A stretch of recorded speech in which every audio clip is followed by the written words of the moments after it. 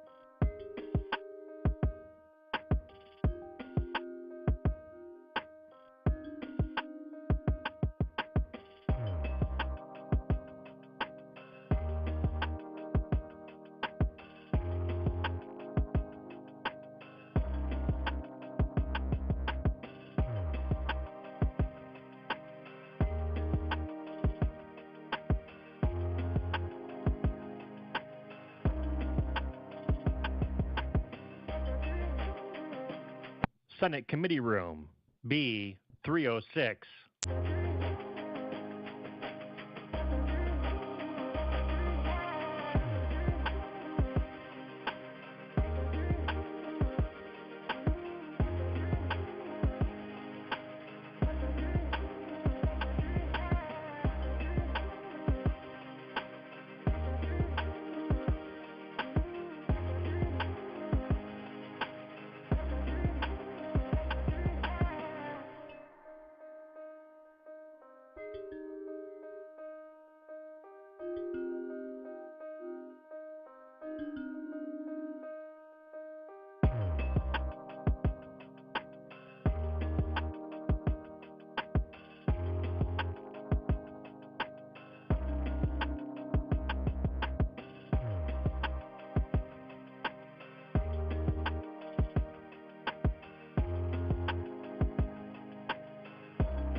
This is the Senate of Virginia, Richmond, Virginia.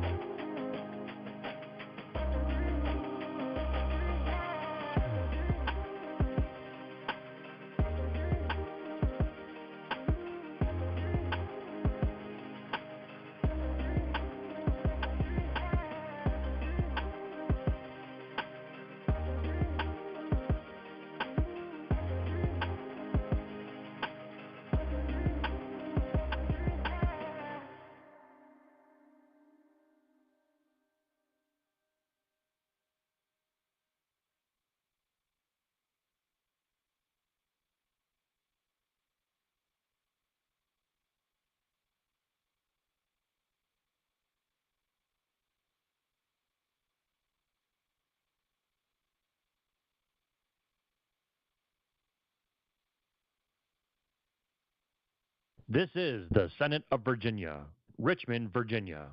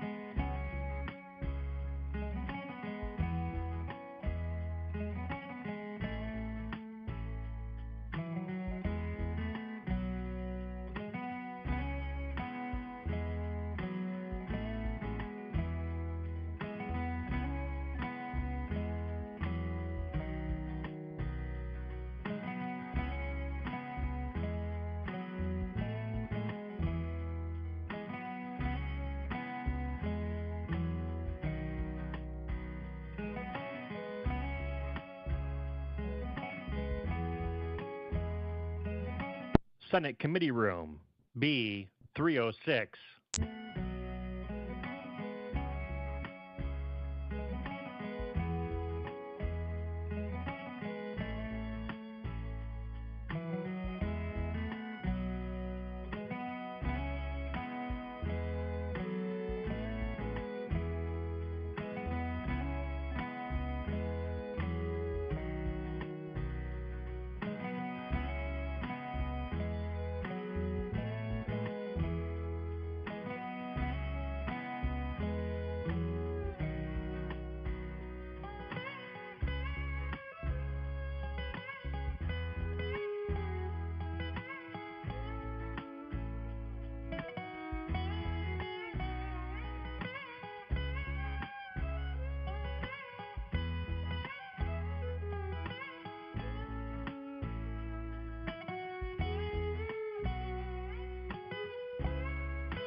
Did you know live Senate video is now available at youtube.com/@Senate of Virginia?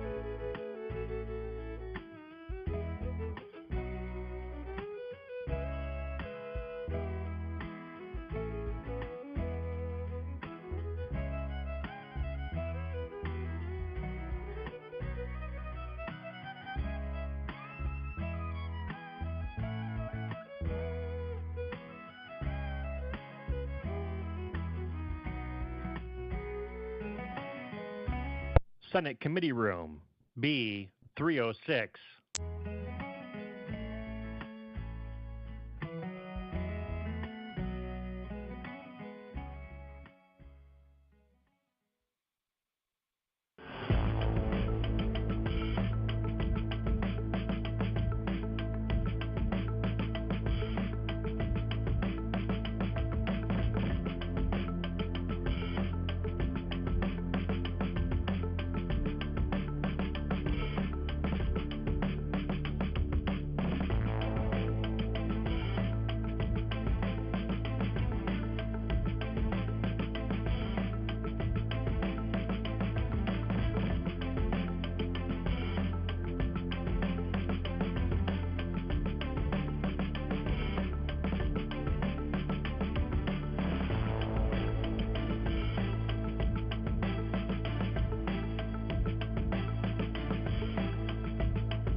This is the Senate of Virginia, Richmond, Virginia.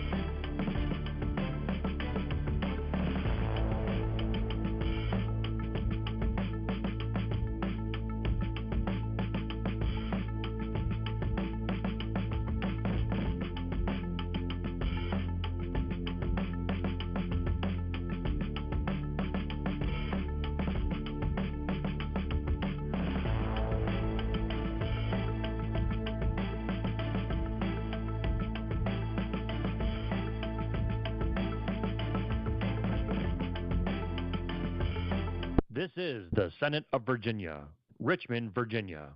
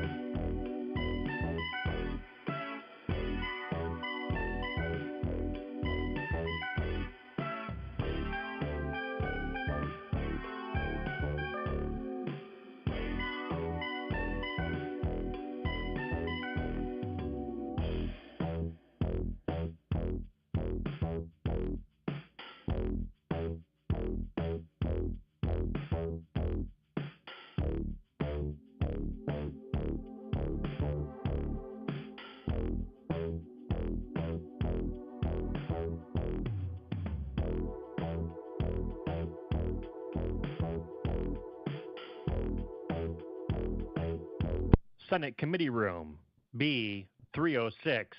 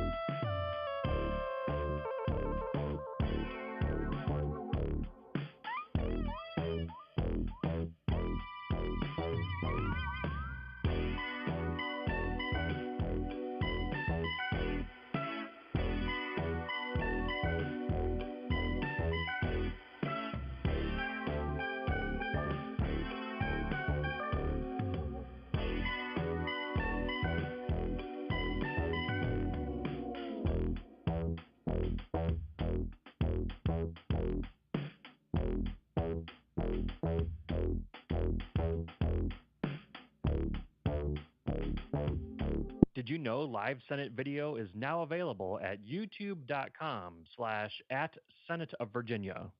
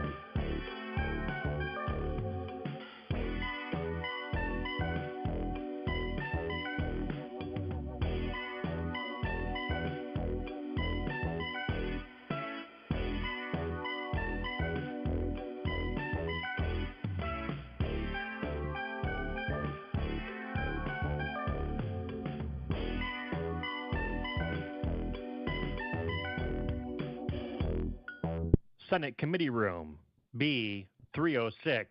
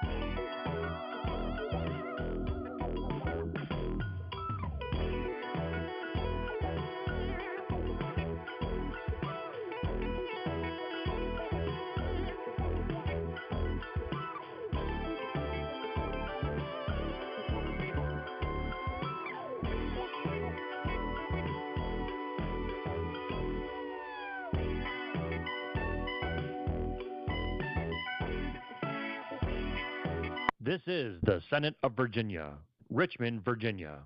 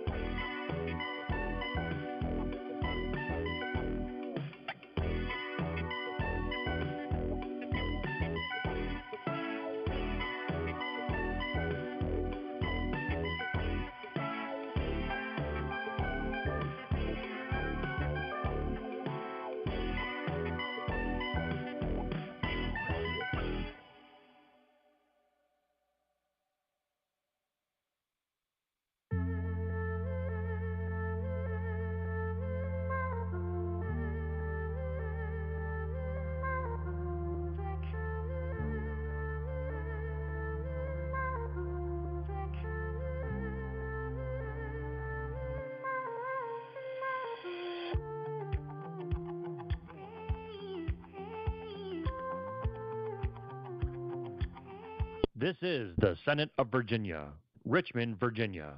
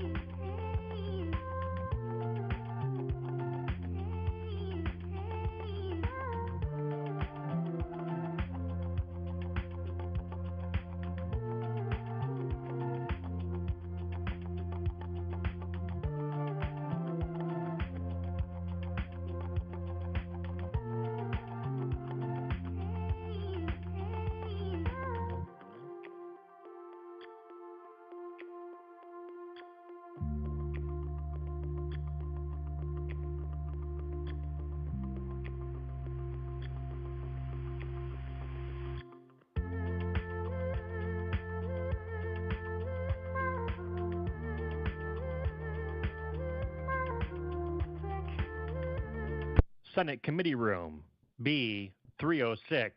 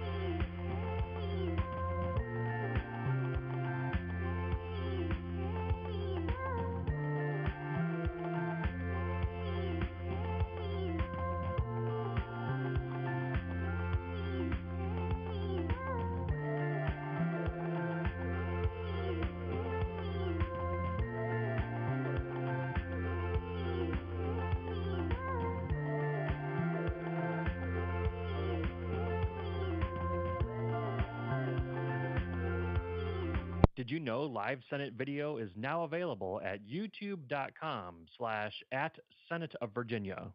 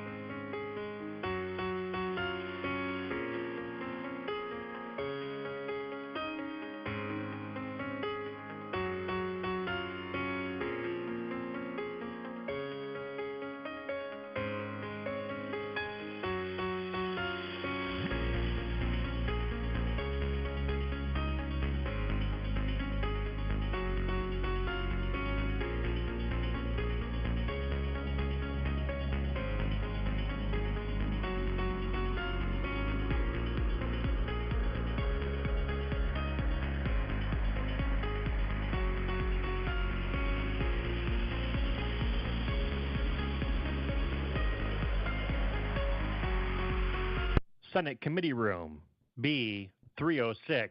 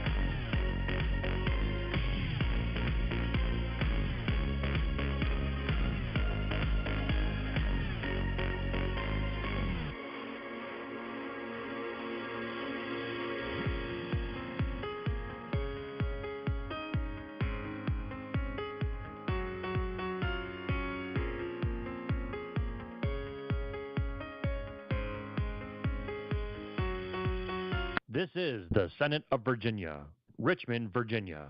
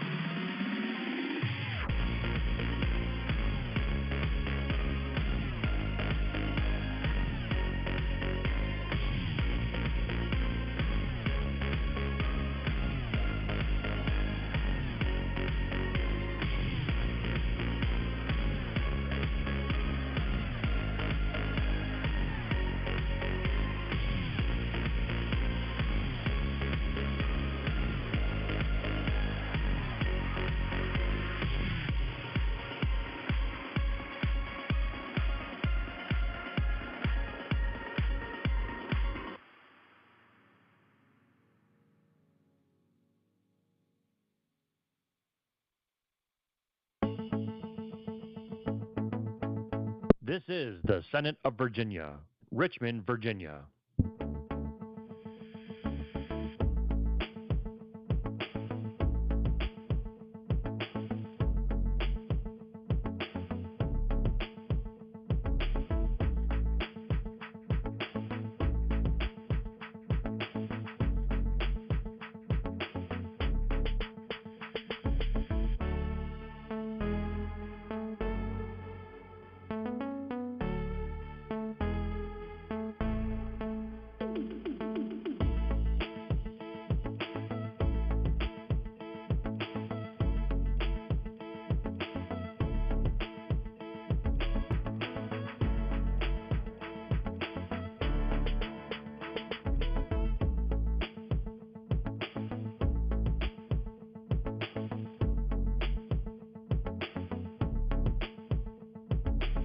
Senate Committee Room, B306.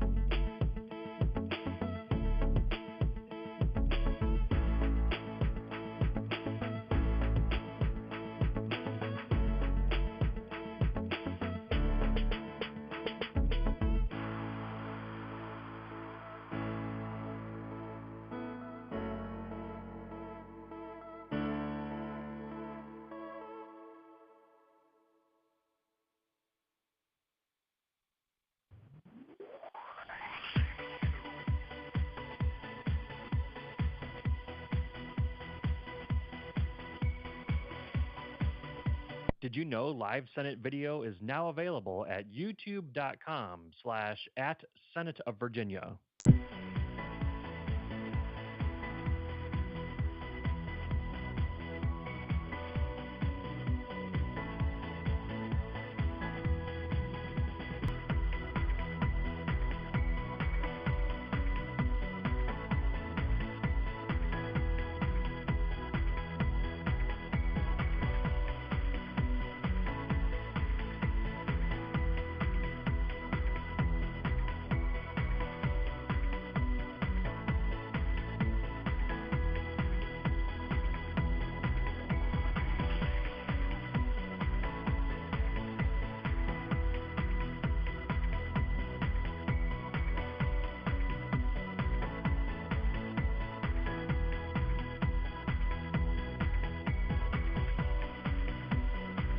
Senate Committee Room, B 306.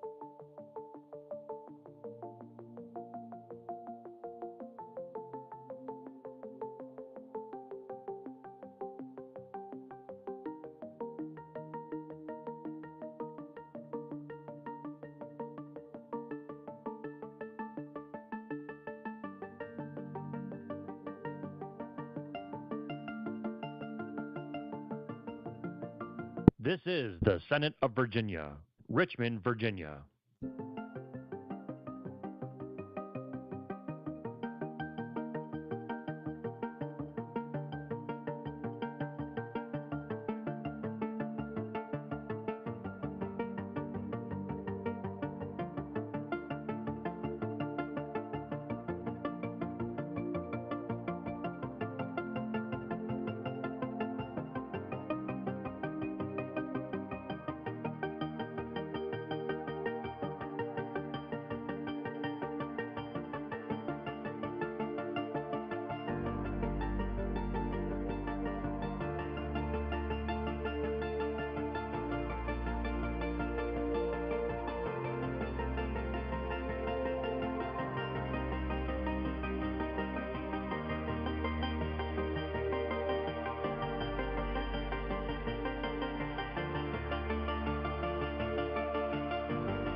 This is the Senate of Virginia, Richmond, Virginia.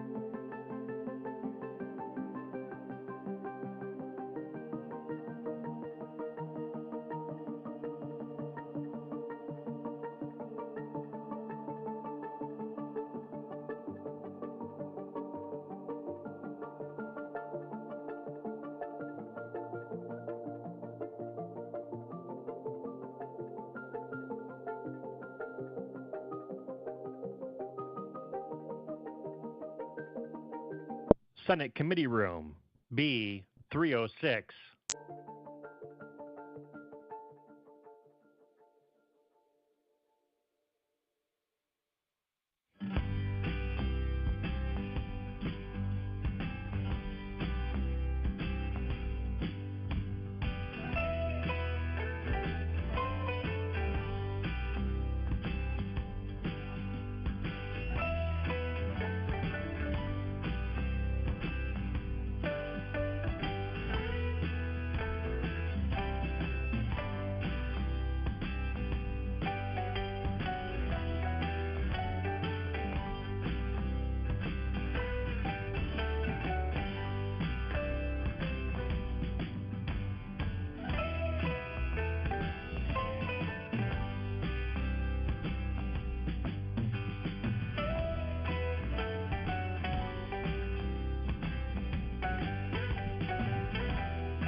Did you know live Senate video is now available at youtube.com/@Senate of Virginia?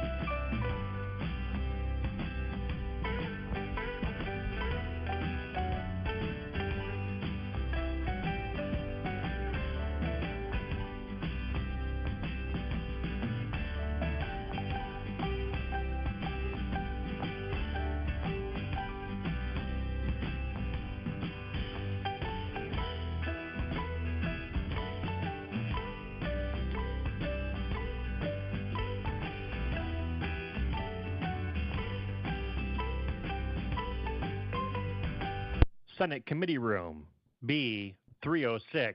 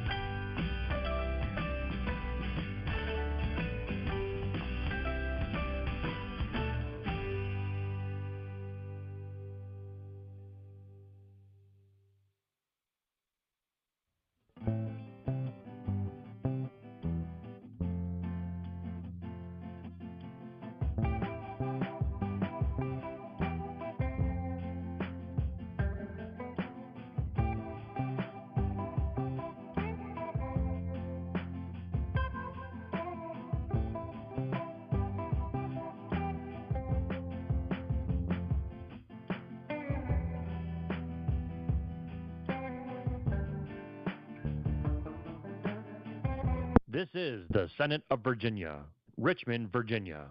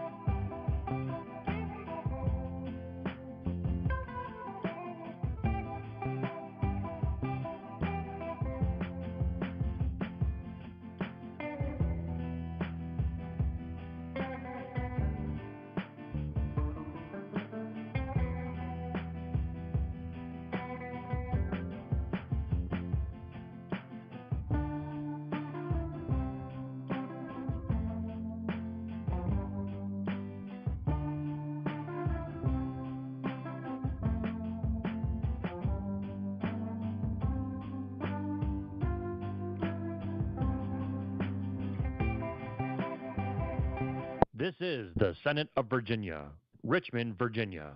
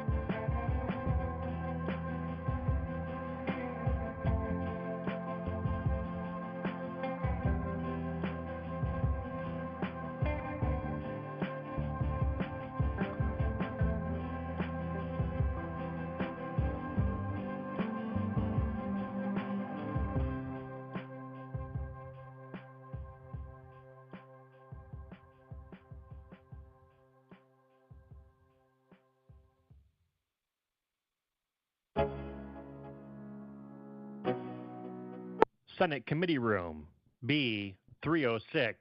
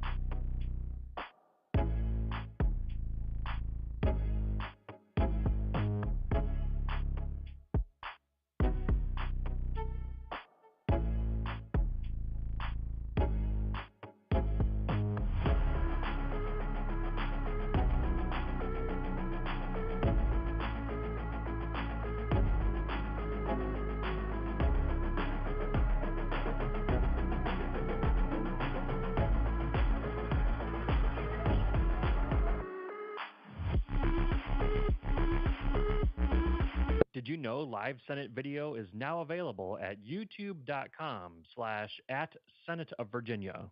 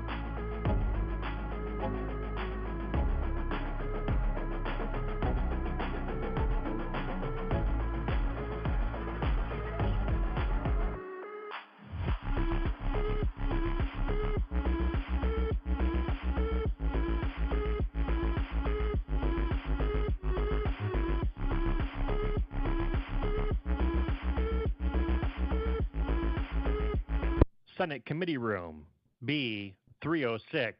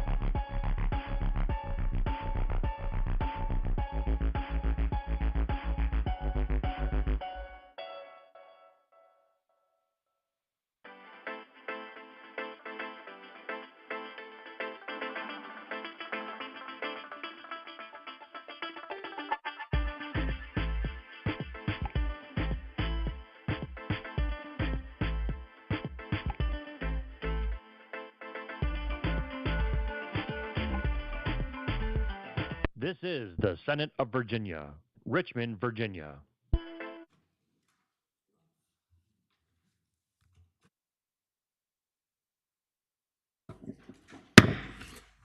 Welcome everyone to the final Senate Transportation Committee of the 25 session. We have a number of bills to cover in this last meeting. We're going to do a couple of things. First, we are going to take roll, then we're going to take up identical bills, and then we'll take up a couple of other bills, and then we will recess just for a brief moment. And so with that, would you open the roll?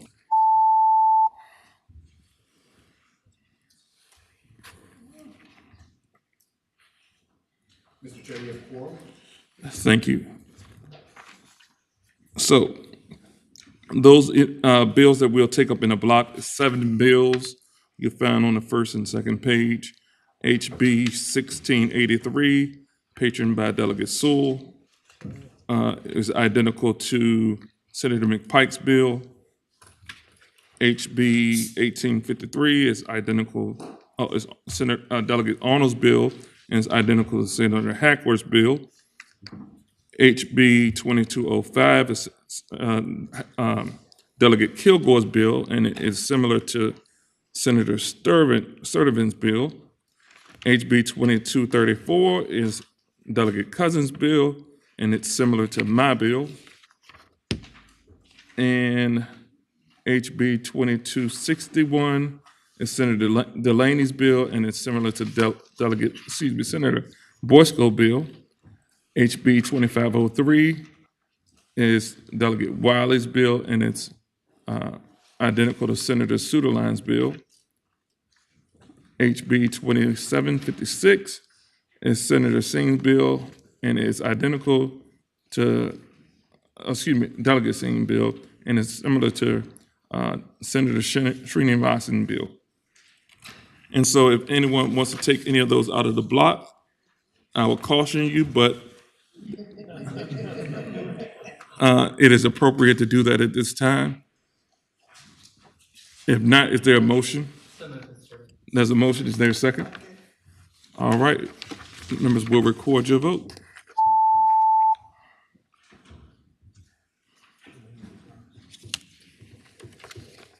Ayes 12, no zero.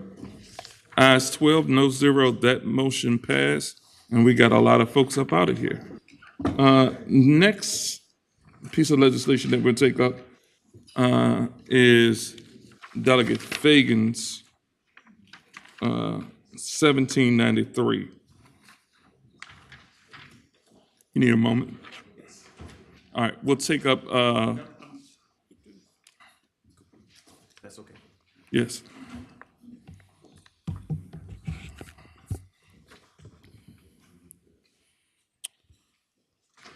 Good evening, good afternoon, Mr. Chairman and members of the committee. House Bill 1793. As the son of a retired firefighter, I'm honored to present House Bill 1793, which seeks to designate the Interstate 264 bridge over South Rosemont Road in Virginia Beach as the Captain Matthew Chevy Cheverati Memorial Bridge. I extend my sincere appreciation to Captain Chevy's family his wife Sarah and his son Gus, who may be joining us virtually, as well as the members of the Virginia Beach Fire Department that are here with us today. Captain Chevy was more than a firefighter. He was a dedicated husband, father, leader, and mentor. Serving 20 years in the Virginia Beach Fire Department, he led Engine 7, the city's busiest engine, and spent 16 years as a search team manager with FEMA's Virginia Task Force to respond to national disasters. Many remember him for his heroism in the 2012 Good Friday Miracle F-18 crash, his outreach in schools to inspire future first responders, and his unwavering commitment to service. His accolades include multiple life-saving awards, reflect his extraordinary contributions. But for Captain Chevy, it was never about recognition. It was about serving his community. Following a courageous battle with anaplastic thyroid cancer, he passed away on April 17th, 2023, at 44 years old. Naming this bridge in his honor is a lasting tribute to his legacy, reminding future generations of his sacrifice to other first responders and members of the community. It stands as a symbol of courage, commitment, and service, values that define Captain Chevarotti's life. Chair, when appropriate, I believe that his wife is on the line, but I would believe that, and I hope that the committee supports this amendment, this bill. Thank you, Delegate Fagans, for bringing this forward, and we will welcome his wife to bring greetings to the committee. Good afternoon, Mr. Chair and members of the committee. My name is Sarah Chevarotti, and my husband was Matt Chevarotti. Thank you very much for honoring his legacy by naming the bridge in his memory. Matt, or Chevy, as he was affectionately known by his peers in the Virginia Beach Fire Department, proudly served the residents of this city for 20 years. Matt also served on the Virginia FEMA Task Force 2 Urban Search and Rescue Team, where he deployed all over the United States, helping countless people in their darkest moments. Sadly, it's due to these reoccurring exposures throughout Matt's career, including the heroic response to the April 2012 Navy jet crash, that he developed anaplastic thyroid cancer, which is an extremely rare cancer and even more extremely rare in a 42-year-old man. On August 23rd, 2022, our lives changed forever. Matt was on shift at the fire station and washing his hands after returning from a call. He looked in the mirror and discovered that his pupils were 2 different sizes. He asked his colleagues to look at his pupils, and they agreed something was wrong. He took himself off the fire truck and went directly to Centera Lee. He was examined by an ER physician, and multiple tests and scans were run. The ER physician determined that Matt had a mass on his thyroid, innumerable masses bilaterally on his lungs, and possible masses on his liver and brain. Matt was admitted to the hospital that day. For 8 months, Matt did everything he possibly could to rid his body of cancer, including 2 visits to MD Anderson in Houston, Texas. Tragically, Matt succumbed to this horrible disease, and the void in our lives cannot be expressed in words. But my son and I want you to know all about Matt, Gus's dad. Matt has been referred to as the fireman's fireman because he was a model public servant, and Matt practiced what he preached. And Matt did live each day at a 10 in all facets of his life. Daddy never missed a game or a school event. While on shift, he always called and wished us good night. There were never incomplete projects in our home either. What Chevy started, he finished. Our hearts are eternally broken, knowing he will miss out on so many milestones and life experiences. I'm not able to be there with you today because I need to be at our son's wrestling match. Currently, I'm still at school teaching. Sadly, today, Matt will not be able to be at Gus's match. However, I want to thank Delegate Figgins for introducing HB 1793, the Captain Matthew Chevy Chevarotti Memorial Bridge. And thank you, Mr. Chair and members of the committee, for taking up this bill. It means so much to us that you thought enough of Matt and his service to the Virginia Beach community to have an overpass, a bridge dedicated to Chevy. I drive under the bridge daily on my commute to school. Matt's colleagues in the fire department will see his name each day as they pass while serving the city that Matt loved so much. This marker will be a constant reminder to all of us to continue his legacy, living each day at a 10.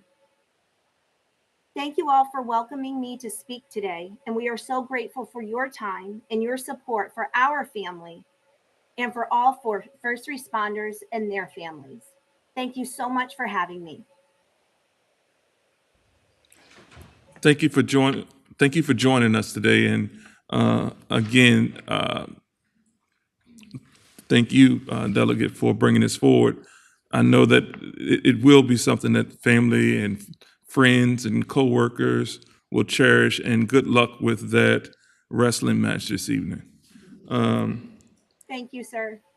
And in his honor, Delegate Fakers and I, we're gonna have our own wrestling match. Any questions? No comment. Is there a motion? There's a motion and a second. Members will record their vote. Ayes 14, no zero. Ayes 14, no zero. The bridge has a new name. Thank you, Mr. Chair and committee members. Next, we will have Delegate Rasul. Thank you, Mr. Chair, members of the committee. There is a committee substitute. Is there a motion on the substitute? Substitute. There's a motion and a second on the substitute. All those in favor express by saying aye. Aye. Those opposed? Substitute is before us. Thank you, Mr. Chair, members of the committee. This is similar to a bill that you have seen previously, Senate Bill 1265. What the substitute does for the Blue Envelope program is narrow this down to just those that have diagnosed autism spectrum disorder. As a reminder, the Blue Envelope program is a program where that's happening in some other states to ensure that there's less conflict when someone is stopped. They simply can have a DMV issued a special envelope that they can hand to the officer when they hand the officer their ID to ensure that the officer can see any instructions that this person may have difficulty in communicating. This hopefully will reduce some tensions, and we hope it be the pleasure of the committee to act favorably on it. Any questions? Mr. Chairman. Mr. Chair. Oh. 1 second. Senator Steph. Mr. Chairman, this was That's you next. very, very similar to the blue envelope bill that I did. This is a wonderful bill. There is no financial impact on this. So at the appropriate time, I'd like to make the motion to report. And the proper motion will be to report and refer to finance. We're going to go to Senator Hackworth first. Yeah, thank you, Mr. Chair. So is this the same as Senator D. Steff's, exactly identical? Or are we conforming, or we letting them both travel? Senator D. Steph. Mr. Chair, I'll have to ask our attorneys Counsel. here. I'm sorry, go ahead. Mr. Chairman, the substitute is different from Senator D. Steff's bill. There are some differences throughout which Delegate Rasul has described. So, the Delegate Rasul. Mr. Chairman, yeah, they began identical. Senator D. Steff's bill did not come out of the clutches of Senate Finance. So what we have done is narrowed this down. We think that it was pretty straightforward to kind of begin with, but now to just say if you've got a diagnosed if you're diagnosed with autism spectrum disorder, that this would apply to you. Okay. There's a motion from Senator Steph to report and refer to finance with a substitute, and there's a second. If the clerk will open the roll.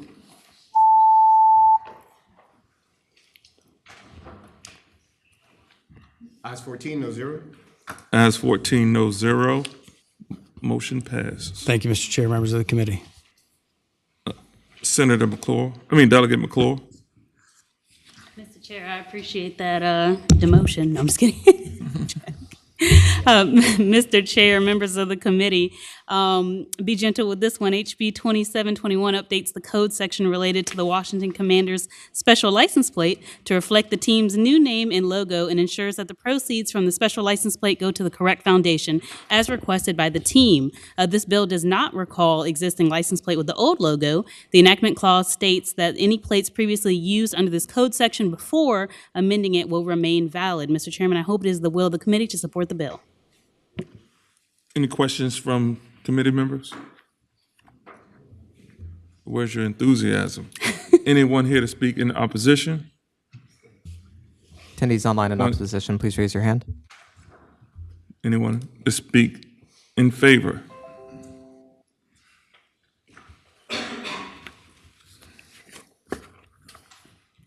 Mr. Chairman, members of the committee, Sydney Green with McGuire Woods Consulting on behalf of the Washington Commanders. We certainly thank the patron for bringing this bill forward. As she stated, this is simply a cleanup bill for the code, so we can move forward with a new design of the license plate. So, thank you.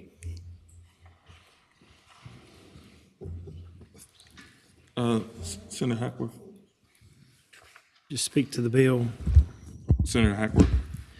As a lifelong fan of the Dallas Cowboys, I'm going to turn my eyes and I'm going to hit the green button on this one. Hate that. Mr. Chair, Senator Hackworth, we had a couple of haters on the House side. Including your speaker. I don't see anyone else in the queue, and so I would say that there's an opportunity for Senator Hackworth and others to come on board. I think they saw what we did this year, and there's more to come. And Jerry Jones is not letting go of his team, so you might as well come on board. With that being said, there's no individuals that are in the queue. Is there a motion? There's a motion and a second. If the clerk will open the roll.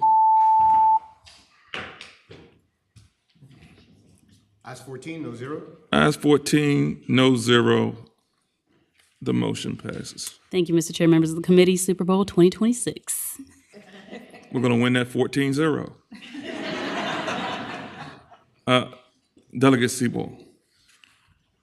And Delegate Sebo, I know there's been some conversation with you and some of the senators that are working in the same section of the code that you are. Mm-hmm. And I don't know if you want to present your bill or if you just want to present the solution.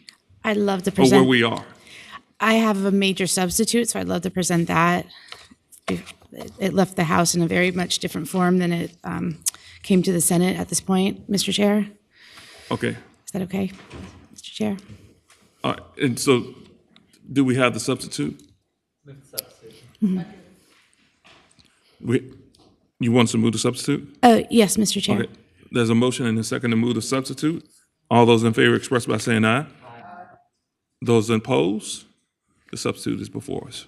Thank you, Mr. Chair. And before I go into the details of the substitute, Mr. Chair, would it be okay if I just include that into the overall description of the bill? Yes. Okay, thank you, Mr. Chair.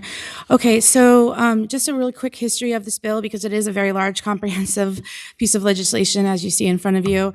In 2022, 3 students at Oakton High School in my district were walking home from school on a very dangerous road, Blake Lane, and were struck by a driver, Mr. Chair, another student at the school, who was driving 81 in a 35-mile-per-hour zone. 2 of those girls died of their injuries, Leanne Yan, who was 15, and Ada Martinez Nolasco, who was 14, and the third, Ada's cousin, was also 15, was seriously hurt.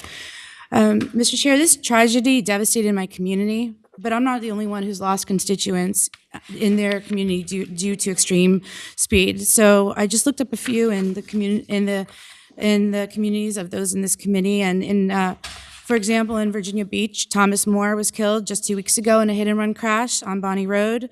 In Fairfax County, Peter McCandless, 86, just last month. Pittsylvania County, Maurice Briggs, 30, was killed in December. Chesterfield County, Donna Harris. York County, Aaron Hoopgarner. Halifax, Olivia Noblin and Casey Pullman, both 16, were killed. And Mr. Chair, just last year in your county, Henrico, Nathaniel Clark, 15 years old, Walking home from work, Aiden Schmidt, Joseph Castro, 16 years in Henrico, and 75-year-old Mary Battle was killed just last month in Henrico. So we know that pedestrian injuries and deaths are extremely high. They're actually approaching the rate of non-fatal opioid overdoses and firearm injuries. And it's actually one of the leading causes now of death in children. But we know that these deaths are preventable, and so HB 2041 addresses these deaths in a way that ensures our speed safety programs in Virginia are well-designed, fair, equitable, transparent, and includes voices of the community, and most importantly, saves lives.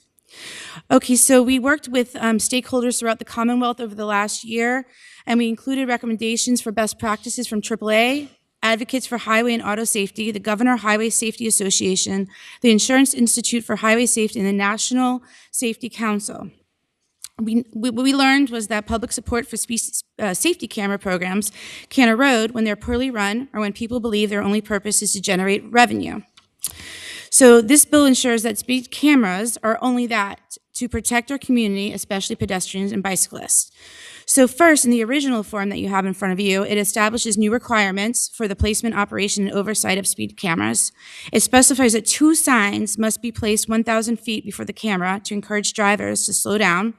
One of which of those signs must be a feedback sign. It ensures there's no hidden fees from vendors, and it instills a $1,000 civil penalty. It requires that summons are sent for the first 30 days of a camera's operation by mail, and no civil penalties are assessed. It requires that we put transparency measures in place. So we will advertise on websites and social media and create advisory groups so people are aware of where the cameras are. And then as a result of doing that, it basically will allow the expansion of cameras. So the substitute specifically says that the funds will go to stay in the local fund, and it will address hazardous road, pedestrian, and bike infrastructure. It rolls in the daily systems check from SB 1209 from Senator Obenshain that passed the Senate unanimously. It defines operating costs. It delays the enactment clause on the feedback sign. It allows for so the vendors can add a credit card processing fee to it, and it adds additional reporting requirements to the state. And every year by December 15th, it needs to be delivered to the chairs of the Senate and House Transportation. And there's also a technical change to the bill in the substitute that ensures that the process for designating a high-risk intersection segment from Senator Rome's bill last year is not changed by the provisions of this legislation. Happy to take any questions, Mr. Chair, and thank you for your time. Yeah, I think we're going to move pretty quickly on this, but 2 questions, and then I have, I thought you. I did. One is appropriate. So Senator Serville and Senator Williams-Gray's bills are rolled into the substitute? Mr. Chair, as far as I know, the transportation and I'm not on transportation, Mr. Chair, so I'm just speaking what I've heard. Senator Serville's bill was passed by for the day or indefinitely. Senator Williams-Gray's bill mine was put on top of hers this morning, and then from what I understand, we'll head to conference and hash all this out. All right, Council, can you answer that question for me? Did that right? Mr. Chairman, just so that we get it clear, the content of Delegate Siebold's substitute does not contain Senator Serville's or Senator Williams-Gray's bill in it. It is a separate substitute from those 2. Could you Mr. Chairman? Michael, can you turn him up? Speak up a little bit. Is your mic working? Yeah, we go. How about Delegate Siebold's substitute does not contain the provisions from Senator Williams-Gray's bill or Senator Serville's bill. I thought that you all had worked this out, the 3 of you. Yes, Williams-Gray. Thank you, Mr. Chair. So in the House Transportation committee.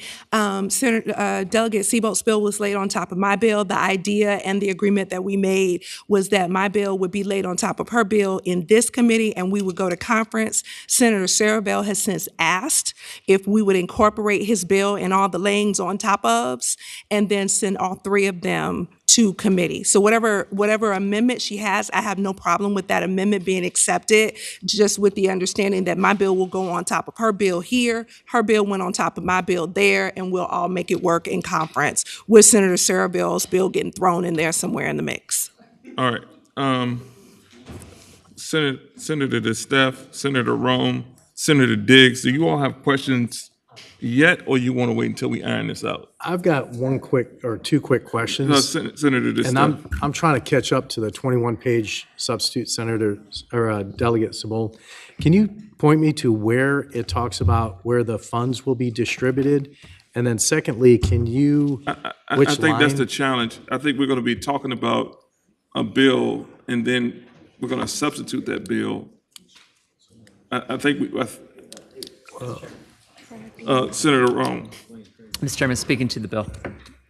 So, Mr. Chairman, what I would say here, I think any of us who have policy questions, and that's why I was originally hitting the button on this, I think if we are just going to conform this bill to Senator Williams-Graves' bill with the understanding that it's just going to go to conference, then kind of getting into the policy discussion of it's not going to really resolve anything or change people's votes one way or the other, if I'm not mistaken about how the conversation has just gone. Because otherwise I had questions about other things in the bill.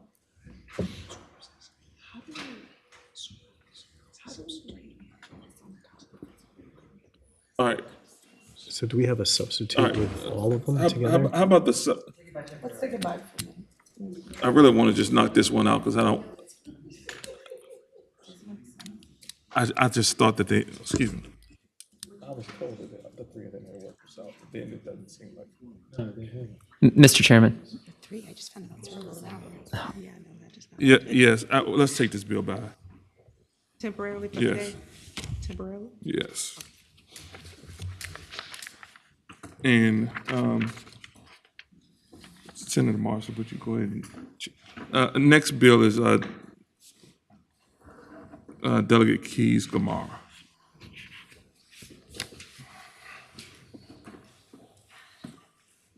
Good job.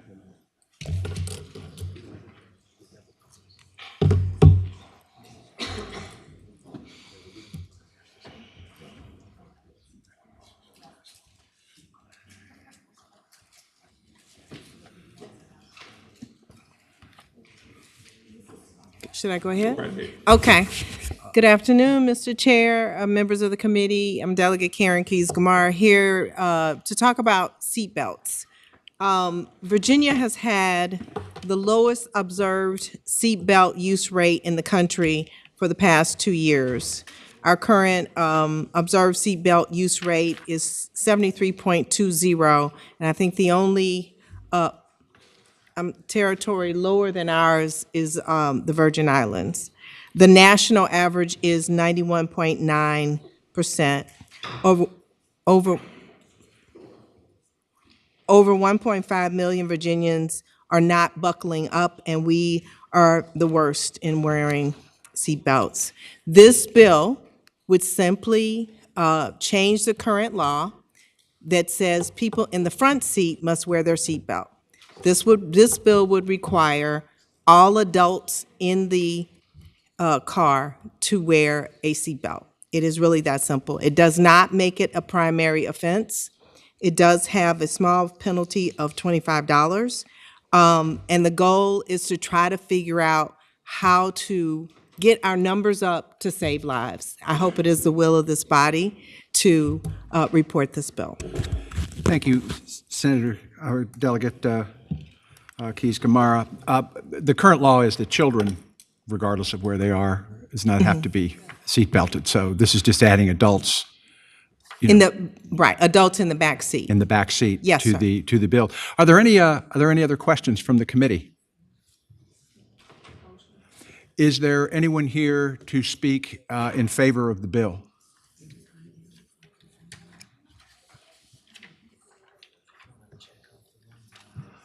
Hello, All right, Mr. Chair. could we and- have, set the timer at 3 minutes for each side? Hi, Mr. Chair and Senators. Thank you so much for listening. This is a picture of my son Christopher. He was killed in a car crash 2 weeks after he graduated high school in 2020. He was in a car. The driver was going at 80 miles per hour in a 30-mile-per-hour zone. The driver was high. The driver didn't have his glasses on. The driver was on probation. Just the multitude of horrible choices. The car ran off the road, clocked at 80, hit the ditch, and that's when my son was thrown from the car to his death. The car went up and landed and did not flip, and the other 3 kids walked away. They were fine. They all had their seatbelts on. I am so thankful for Delegate Keyes-Gamarra for bringing this up because we have to do something. Just the fact that Virginia is the worst state in the country, we should all step up and see how important this is. We lose 300 unbuckled Virginians a year. These numbers just aren't acceptable. So I urge you to support this bill, the Christopher King seatbelt bill. Thank you. Thank you so much. I'm so terribly sorry for your loss. Most of us here are parents, and it's your worst nightmare. And but thank you for bringing this forward. And Thank you. if you could next up, please. Good afternoon, Mr. Chair and Senators. My name is Alvin Costa. I am also a member of the Christopher King Foundation. I'm here today just to share my testimony in regards to this bill. Christopher King was my best friend. We lost him in a car crash back in 2020, and the biggest thing for me is there's a multitude of reasons for why it could have been prevented, but the biggest one being that he wasn't wearing his seatbelt. Something just as simple as doing that could have saved his life. It's changed my life in every sense of that matter, from the way that I interact with people and the relationships that I have with people nowadays, because I understand how fragile life can be. I'm only merely one story in a multitude of accidents that happen all across the state. What we stand for as the Christopher King Foundation is just saving lives. And I love Christy, I love everything that she stands for, and that is bringing more people's sons and daughters home every evening. It's such a blessing and such a gift, but that can be taken away from you. Thank you so much for your testimony. Patrick. Absolutely. Yeah. Mr. Chairman, members of the committee, Patrick Cushing on behalf of AAA. One of the things that we found in doing driver training and driver education courses is there's a big difference between saying you should buckle up and explaining the safety reasons versus it's the law to buckle up. This makes that change and allows us to provide that education. Thank you. Thank you so much. Very quickly, tell us who you are and whether you support the bill. Good afternoon. My name is Debbie Jennings. I'm with Chesapeake Region Safety Council, and I am representing them in supporting this bill. Okay, thank you so much. Kristen Petway with Drive Smart Virginia, traffic safety nonprofit. We support the bill. I just want to say that a person who is unrestrained becomes a hazard to everybody in the vehicle. They become a missile, a projectile. They could hurt even the driver. Thank you. Thank you. Next. My name is Mike Doyle. I'm founder of the Northern Virginia Families for Safe Streets. We're about safety, pedestrian safety, but everyone's safety. We support this bill. Thank you very much. Next. Hello, Scott Filling from Fauquier County. Virginia really does have a serious problem with speeding and now seatbelts clearly. Serious action needs to be taken on this, and I support this bill to pass. Thank you. Thank you very much. Is there anyone online wishing to speak in favor of the bill? Okay, anyone here to speak in opposition to the bill? Okay, I think we have a motion and a Senator Hackworth.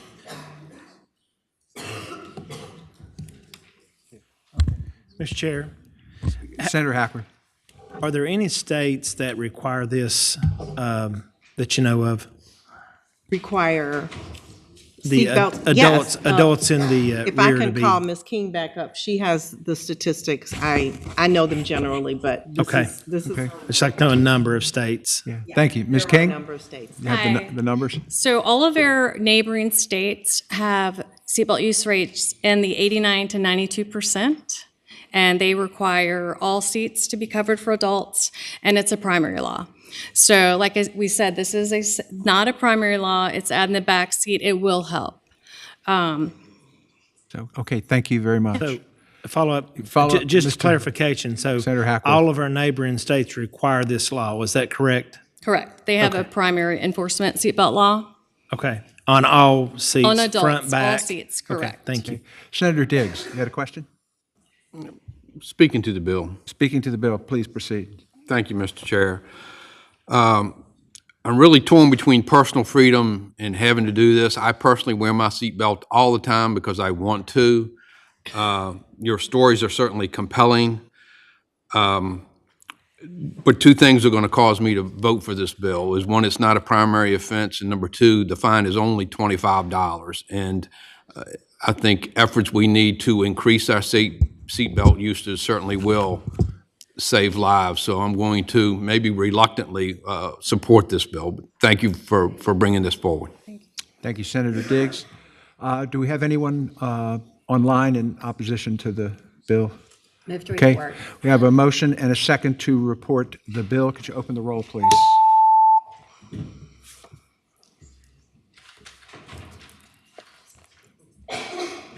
Ayes 10, no 3, abstentions 1. Do I have, hold on. Thank you. Did Senator Bagby leave a proxy? He did not? Okay. Could you report, please? Could you report the vote? Noes 3, abstentions 1. Ayes 10, noes 3, abstention 1. The bill passes. Thank you so much. All right, next in the queue, we have Delegate Wiley.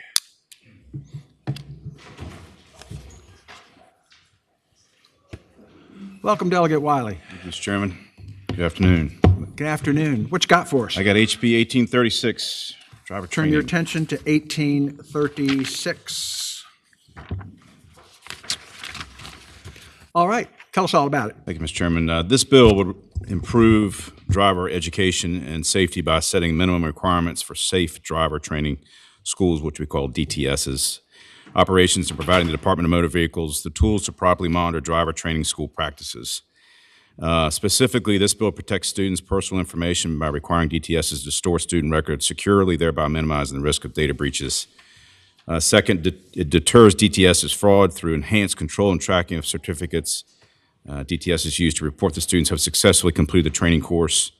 Number 3, sets minimum training requirements for DTS instructors, which in turn will enhance the quality of driver education. 4th, requires DTSs to give DMV at least 48 hours notice of behind-the-wheel test times and locations, enabling DMV to conduct random quality inspections of tests. And last, authorizes DMV to continue investigations or to impose penalties for violations even if a school surrenders its license, and allows for longer waiting periods for schools to reapply for a license after revocation. I have some folks here from DMV if you guys have any questions. Thank you. Thank you, Delegate Wiley. Any questions for Delegate Wiley from the committee? All right. Do we have anybody here who would like to speak in favor of the bill? Do you have a witness that you'd like to bring up?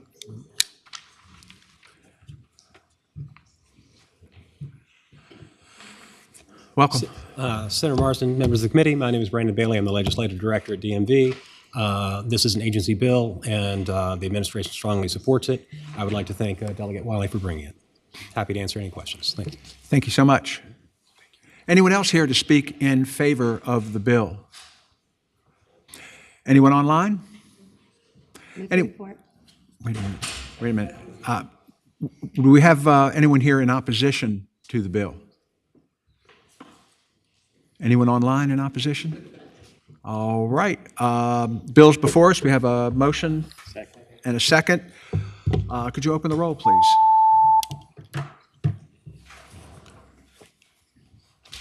Ayes 14, no 0. Ayes 14, no 0. The bill reports. Next in our queue, Thank you, Mr. Delegate Glass.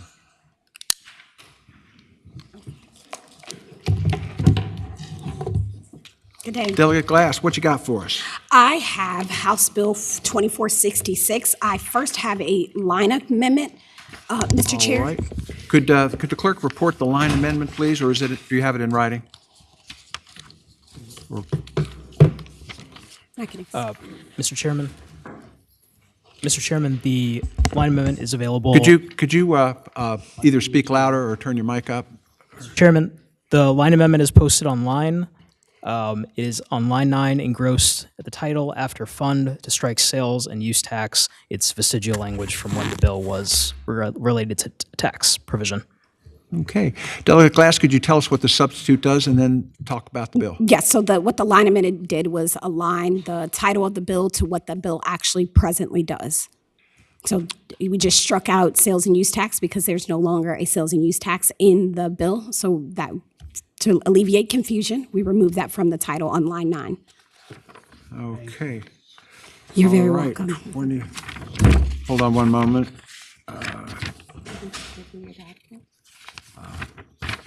Have we adopted the amendment, the line amendment? Do you have a motion on that? Have a motion and a second to adopt the line amendment. All in favor, say aye. Aye. All opposed? Okay. The bill as amended is before us, and let me see here. Hold on.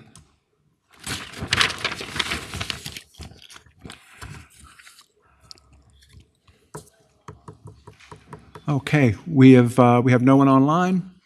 All those, do we have anyone else here to speak in favor of the bill? We go? We don't, do you want, do you want me to talk One about online? the bill? Okay. Should I? Mr. McKenzie, from Virginia Beach. I did tell me about the bill. Oh, excuse You want me, to I'm talk- sorry, I thought you had explained. Like, hey, you were ready to go? Like, Okay, I'm ready if you are. all right. But if I may, Mr. Chair, we'll Certainly. briefly tell you about the bill. So what House Bill 2466 does is it allow Hampton Roads region to advance this critical unfunded transportation projects that are necessary to sort of support and address the economic development and Port of Virginia, as well as military and federal facilities, resilience, and flooding, public safety, and other issues in Hampton Roads. So what we do here is we're going to create a Hampton Roads highway corridor improvement program for the purposes of planning, developing, and building and constructing, as well as maintaining structures and safe improvements. This was a priority of the Hampton Roads Transit Planning organization. So it creates a fund for our primary and secondary roads, as well as a highway coastal resilience program for the purposes of doing those exact same things for roads that are at risk to reoccurrent or coastal flooding. The last thing that it does is it positions us in a place to get on a pathway of addressing toll relief, specifically for the downtown and midtown tunnels. It gives us some authority to start positioning ourselves for sustainable toll relief. Okay, thank you, Delegate Glass. Any questions for the delegate on the bill from the committee? Senator Diggs. So I came in a little bit late on this. So where does this money come from? I know that the word struck was sales and use tax, so no sales and use tax. So where's the money coming from that will go into this fund? Mr. Chair. Senator Diggs, I would say this bill is doing something I would not ordinarily do if it wasn't a part of the process, but it is creating the program so that we can come back and figure out exactly how we fund it. Just based off the best practice, what I'm sort of in talking with how Northern Virginia sort of got into their primary, secondary roads, they established the fund, and then we've got a lot of work to do over the next year or so to figure out exactly how we can fund it. Mr. Chair. Senator Diggs. So it's creating a fund that's unfunded at this time and any grants or anything from the federal government or anything else that may come available you would be able to put into this fund, but does not raise any taxes or levy anything other than potential future funding. Mr. Chair, I would tell Senator Diggs that's correct. Thank you, Mr. Chair. Thank you. Yeah, we certainly have precedents of funds being established to be funded later. And essentially that's what the bill does here. Any other questions from the committee? All right. Anyone here to speak in favor of the bill?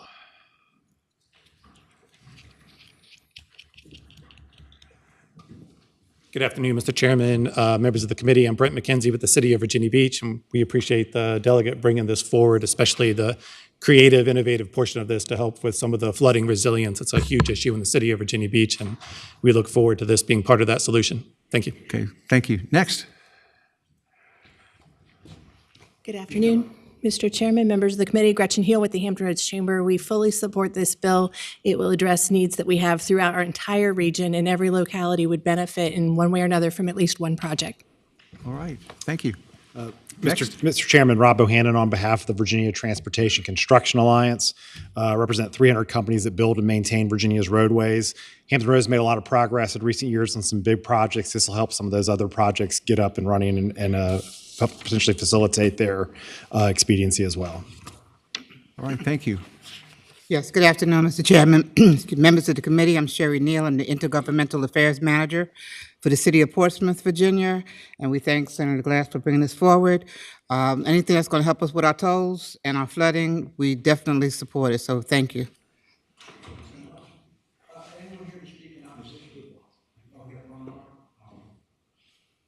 Robert Crum, you may now speak. Thank you. Mr. Chairman, my name is Bob Crum. I'm the Executive Director of the Hampton Roads Transportation Planning Organization and the Hampton Roads Planning District Commission. And first want to thank Delegate Glass for her leadership on this bill and would offer my support for this bill. We have over $3 billion of unfunded transportation needs in our region, and this bill would certainly help us address and advance some of those projects. So thank you very much. Thank you, sir. All right. Again, anyone here in opposition to the bill? Is there anyone online in opposition? All right, the bill is before us. We have a motion?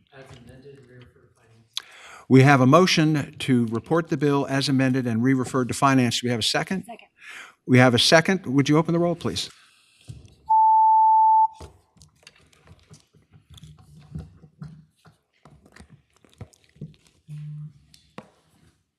Ayes 13, no 0, abstentions 1. Ayes 13, no 0, abstentions 1. Gratitude, Bill Mr. reports Chair. and is re-referred to finance. Thank you so much. Next, I believe we have Delegate Waxman. Thank you, Mr. Chair, members of the committee, for allowing me to present House Bill 2254. This is a sign bill. This bill started off as a simple phone call from the mayor of Waverly to my personal phone.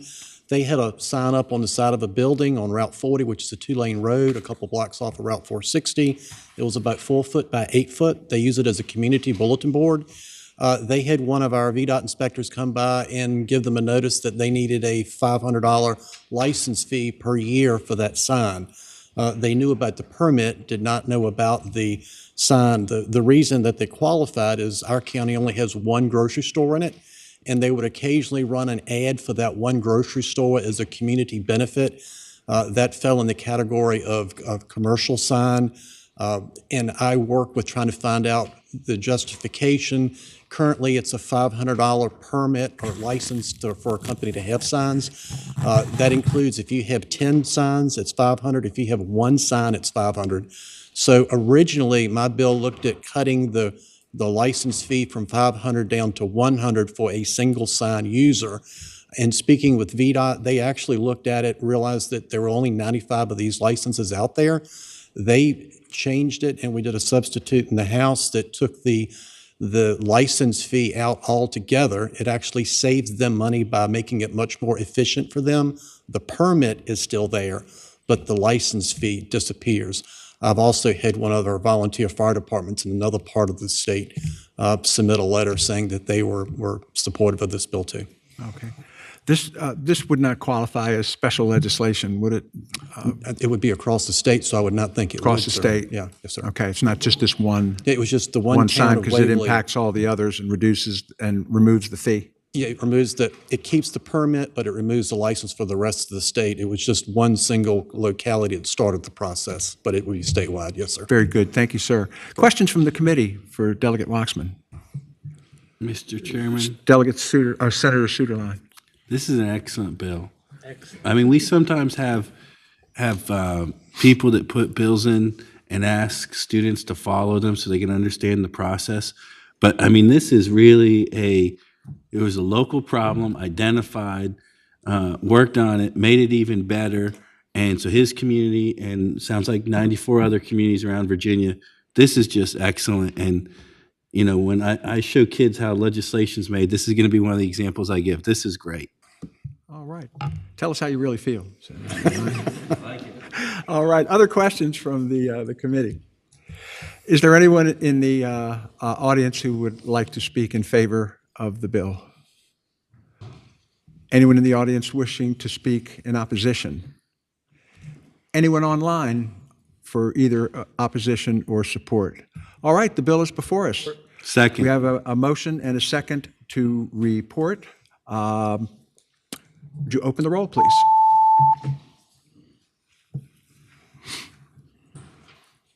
Ayes 14, no zero. Ayes 14, no zero. The bill reports. Congratulations. Thank you, Mr. Chair, Good work. members of the committee. All right. Delegate Leftwich, are you in the audience? We'll have you next in the queue. I believe he's on the way down. Okay. How about Delegate O'Quinn? Can we do that in the? You're ready? All right, we'll do that then. Come on up, Delegate Siebold and Senator, and we'll revisit Delegate Siebold's bill. Did Bagby want to wait till he got back? Okay. I got to yield to the chairman. I think he wanted to be back for finishing this bill up. That is not what he indicated to us. He's what? That is not what he indicated to us, Mr. Chair, but I think that's what the staff's understanding was. that, because we had a whole conversation with him before he left to go to his committee to present. Okay, well, if you've got the understanding with the chairman, why don't you go ahead and tell us what you'd like to do here? So what we'd like to do is there is a substitute. Can we have a motion on the substitute? It's not my substitute. Have a second? That is rolling Okay, we have a in. motion and a second on the substitute. All in favor, say aye. Wait, parliamentary inquiry, Mr. Chair. What?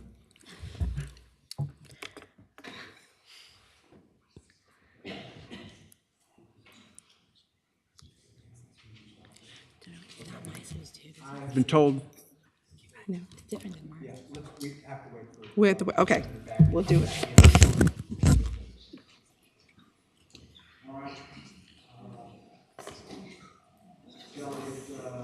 Mild, are you here? Thank you. Thank you, Mr. Chair. Delegate Mild, you have 2254? No, excuse me. That's the one we 2659. just finished up with. You have, what is your bill number? 2659. 2659. Turn your attention to 2659. And there's a substitute? There is, Mr. You Chair. have a I'd like to motion on move the substitute? You have a motion and a second on substitute. All in favor, say aye. Aye. All opposed? Okay, the bill, the substitute is before us. All right. Delegate Mild, tell us about 2659. Thank you, Mr. Chair. It's very simple. The Virginia motor dealers must use a contract called a buyer's order. Virginia code lists items to be included in the buyer's order. There are many other terms included in the contract beyond which are required by statute. The current code uses terms like purchaser and sale, and it does not accommodate leases. And so the Virginia Automobile Dealers Association wants to be able to offer a form that is that does accommodate leases and uses terms like lessor and leasee. It's quite simple. It's permissive. It just changes the language in a form so that it accommodates a lease instead of a sale. There's no substantive changes to the buyer's order requirements. All right. Simple. Any questions for Delegate Mild from the committee? All right. Is there anyone here to speak in support of the bill?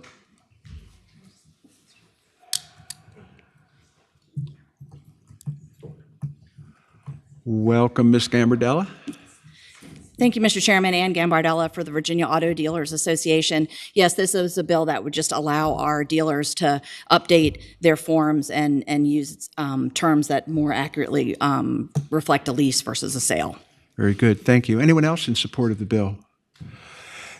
Anyone online? Anyone in the audience to speak in opposition to the bill? Move to report. I have a motion and a second to report. I don't believe there's anybody online. Could you open the roll, please?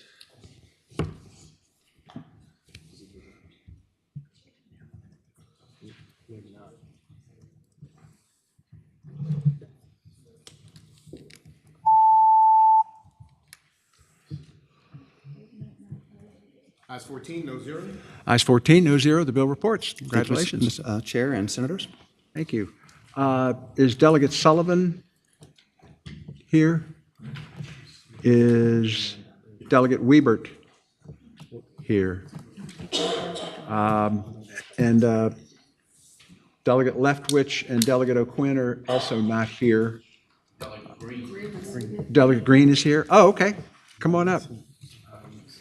You're not on the queue, but thanks for being here. Let's keep us moving. Good evening, Mr. Chair. What bill number? It is, I have House Bill 1549.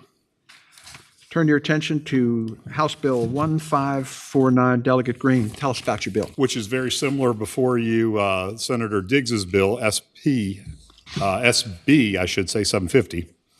This creates a misdemeanor penalty for an adult that knowingly authorizes operation of a vehicle by an unlicensed or non-permitted minor. Council can explain in depth the difference between the two bills, but there was a substitute adopted by the House to keep the same substance in the bill, but the change where the code was kept by the courts committee, so both chambers were happy. Senator Diggs's SB 750 was conformed to the House bill, as you have before you. So it is to keep the bill in its current form so we can avoid conference. That is the bill before you. All right. Senator Diggs, is this... Thank you, Mr. Chair. I certainly concur. My bill was heard yesterday in the House and was conformed, so. So we just want to move this one forward? Yes, sir. All right. Thank you. Senator Boysko. Thank you. Could you just clarify, does a person who is authorizing, is it only a Class 1 misdemeanor if there is some bodily harm or death occurs? Correct, and it Okay. is knowingly. Okay. Thank you. Okay. Thank you, Mr. Chair. Other questions from the committee members? All right. Is anyone in the audience here to speak in favor of the bill? Mr. Chair, Mr. Chair, members of the committee, Kristen Petway, Drive Smart Virginia, traffic safety nonprofit. Tammy McGee is the reason this bill is here. She lost her son. I hope she's okay that I speak on her behalf because I knew she would have liked to have been here, but just, you know, I did not realize how big this issue is. I looked it up. Drivers 15 and under have caused over 70,000 crashes with injuries and over 165,000 crashes with property damage in the country over the last 5 years. So it is actually an issue that we should address. Thank you. Okay, very good. Anyone else wishing to speak in support of the bill? Anyone online? Anyone here to speak in opposition to the bill? Anyone online? We have a motion to report. We have a second. We have a motion and a second to report. Would you open the roll, please?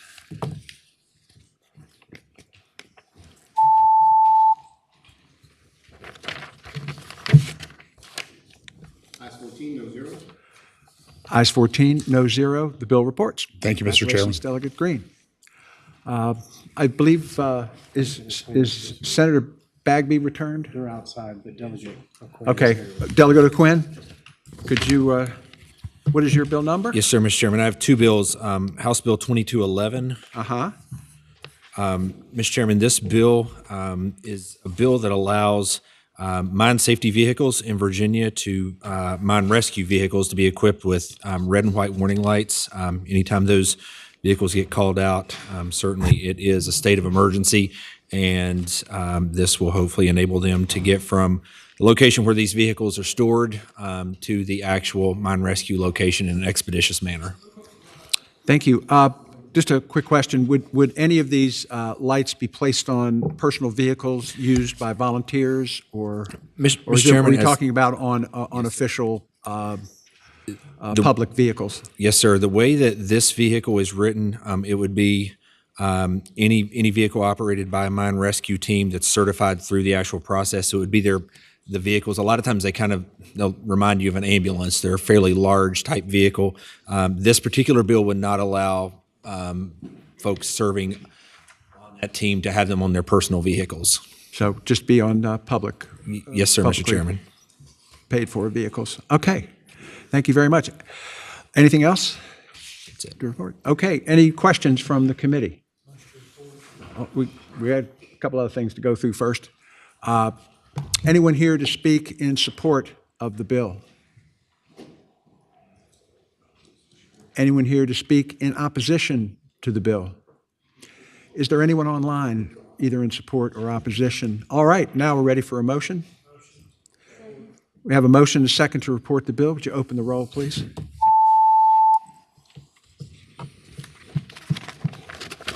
Ayes 14, no zero. Okay. The boss is back, and let me vacate the seat here. Welcome back, Senator Bagby. Sorry.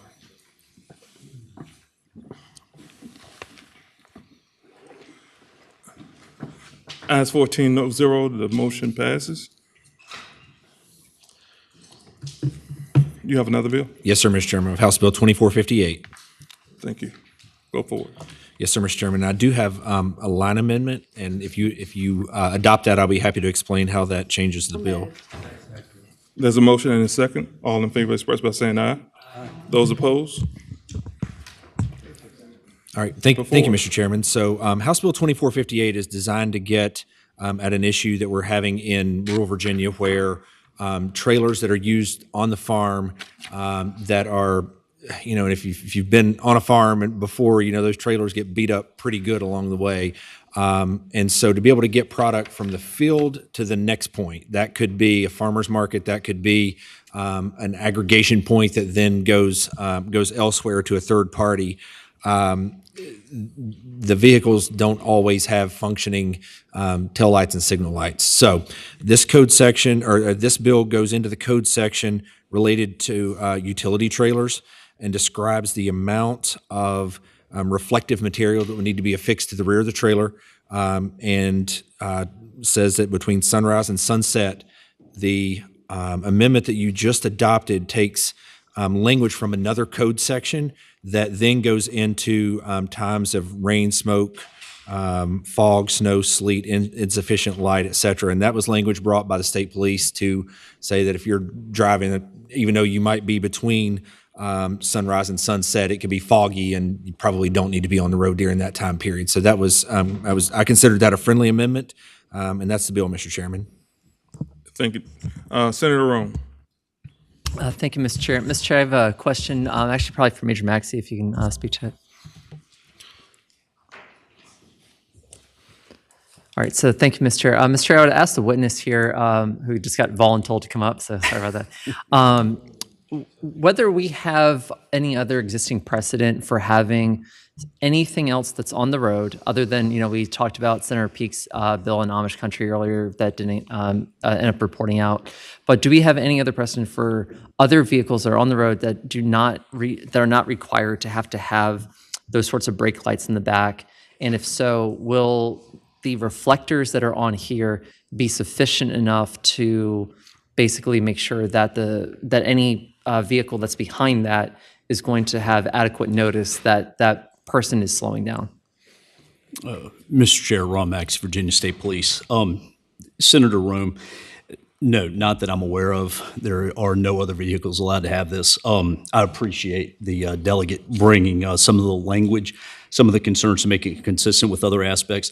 But your question there is to would it give any indication to the vehicle slowing down? It would not. Then follow-up question, Mr. Chair. All right, so I guess the secondary question I would have on that is, I want to make sure, it's not so much, I don't have a problem with the concept of making sure that you get, something that goes from farm to market, like totally get that. What I'm trying to figure out is there a way that we can adjust this bill so that people know when a vehicle, especially a trailer, is slowing down in the first place, and they have the same sort of, time to react that we kind of take for granted with every other vehicle that we have right now? Mr. Chair, Senator Rome, not that I'm aware of, other than hand signals that could be utilized to give an indication. Absent that, without brake lights, there is no visual indicator to the public coming up on one of these vehicles if it was slowing down. Okay, thank you very much. Mr. Chairman, and the state police might want to stay here because I don't want to purposely contradict them, but if you look at the code section that's in the original bill, the definition of a utility trailer is already allowed to do this. So utility trailer, and there's a description of it, whose body and tailgate consists largely or exclusively of a metal mesh. So that might be something you would pull a four-wheeler or a small Bobcat or something like that on. So that section is already in the bill, and those trailers are in fact exempt and required to do the at least 100 square inches of solid reflectorized material, just like this bill requires. Thank you, Mr. Chair. Then the follow-up question I have for the patron then in that case. So one, thank you for identifying that. Appreciate it.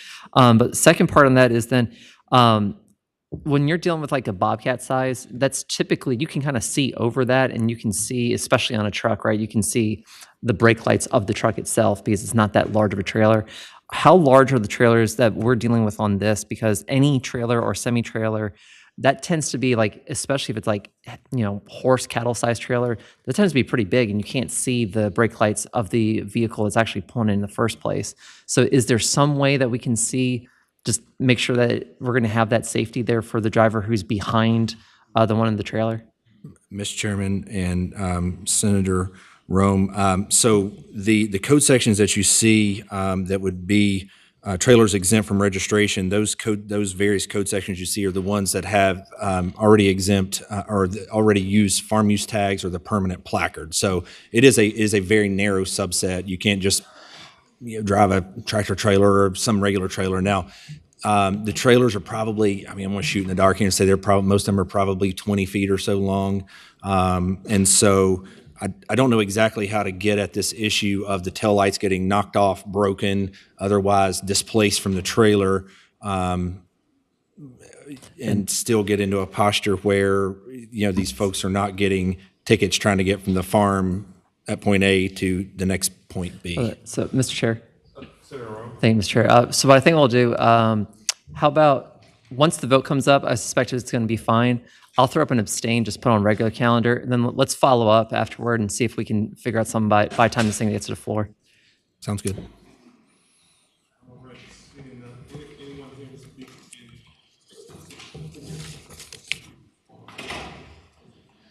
Thank you. Mr. Chairman, Brad Copenhaver on behalf of Virginia Agribusiness Council. I'd like to thank Delegate O'Quinn for bringing this bill. This is an issue that we have worked on with some of our members down in his part of the world. Very rural area, a lot of windy roads, a lot of going fast, going slow, going from the farm to the market. Again, like the delegate said, this is a pretty limited subset of folks. And so really appreciate this and appreciate the questions of Senator Rome as well. So thank you.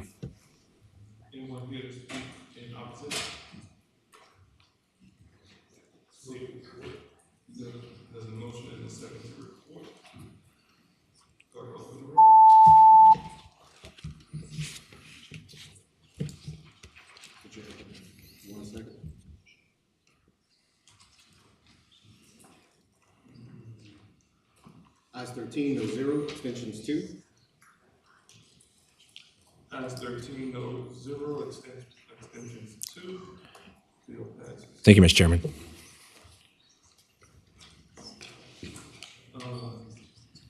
Let's get this sequel. Figure it out. And there's a substitute.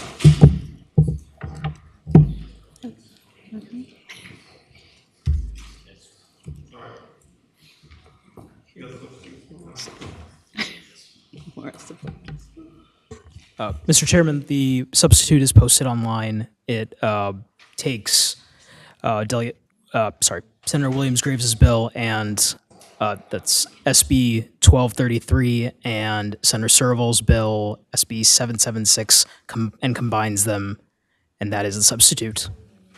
So the substitute combines Senator Williams Graves' bill and Senator Serval's bill, and that's it. And what we're hoping is that the three of them can work this out. Thank you, Mr. Chair. Is there a motion? On the substitute.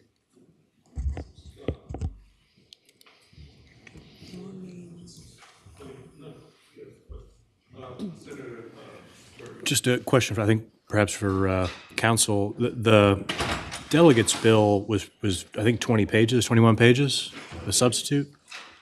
The thing I'm looking at online, and maybe I'm at the wrong bill, but this is a lot shorter. And I see the... Chairman, Senator Servant, the substitute that, and this should be the most recent one posted on LIS, is 18 pages.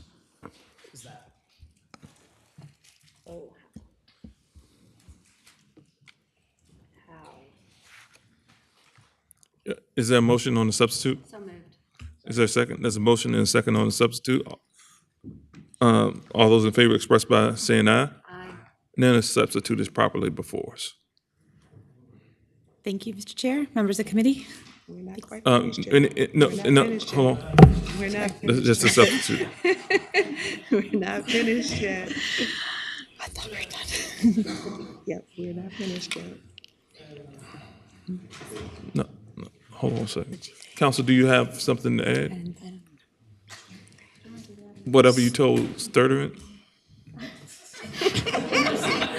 Mr. Chairman, I was just communicating that the last substitute should be 18 pages, and that is the correct one. I think there may be some discrepancy if you don't click on the PDF versus the HTML version. So it should be the PDF, 18 pages.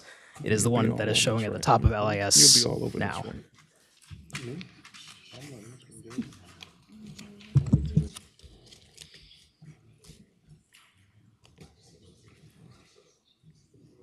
And then you're rolling her bill into the substitute. All right, is there a motion? Move to report Is there a second? as amended. Move to report the substitute as amended and re-refer. Is there a second? Second. All right, open the roll, please. Senator Diggs. Thank you, Mr. Chair. I mean, this happened pretty quickly. We got all this stuff rolled in. I'd really like to know what I'm voting on. If I could ask a few questions.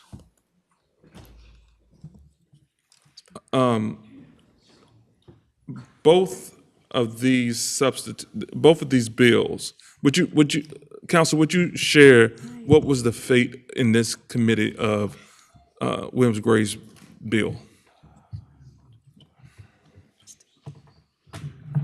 And be prepared, because I'm going to ask you the same thing about Serval's bill.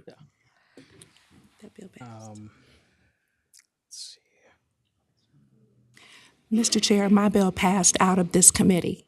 I know. I just want, folks tend to trust council. With bipartisan support. Mr. Chairman, SB 1233 reported from Transportation on a vote of 9-5. 2041.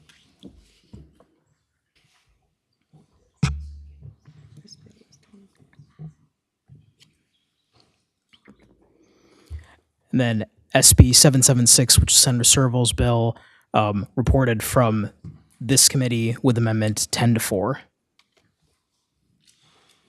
So these bills have already passed this committee, and so all we're doing is conforming our legislation to bills that have already passed this body. We've already had testimony and debate on these pieces of legislation. Senator Hashmi. Yeah, you can ask as many as you want. Senator Hashmi. Thank you, sir. Senator Hashmi. Oh, Senator Diggs. Thank you, Mr. Chair. Thank you, Senator. Sorry.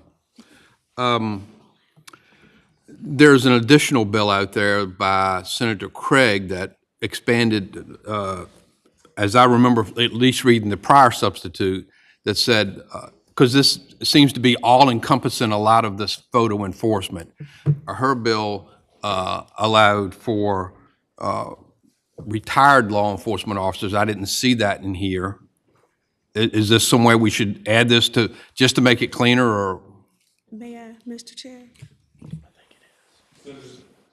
Senator Williams Graves. Thank you, Mr. Chair. Whatever the enforcement mechanism is that ends up with the speed camera or stoplight camera bills will be applied. So how, that is a separate bill, and that is fine. I think that bill also had Senator Mulcahy on it. I can't remember. Yes, no, maybe so. No. Okay. Senator Craig.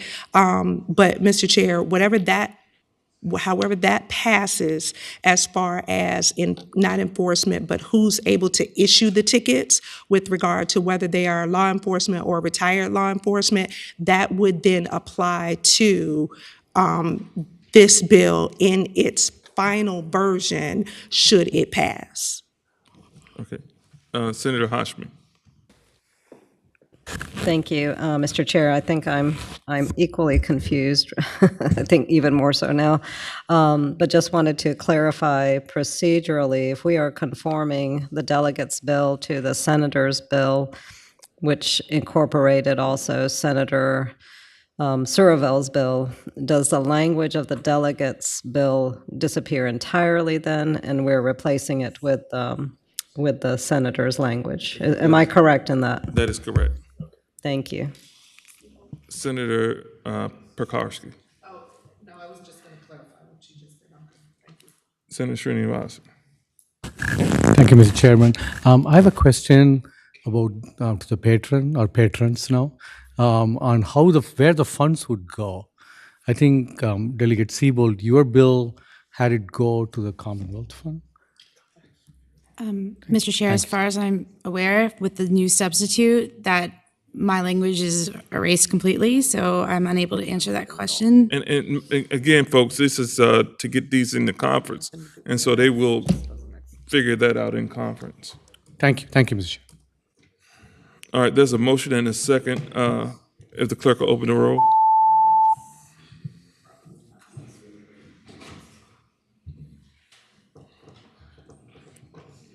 Ayes 6, noes 9. Ayes 6, noes 9, motion fails. Thank you.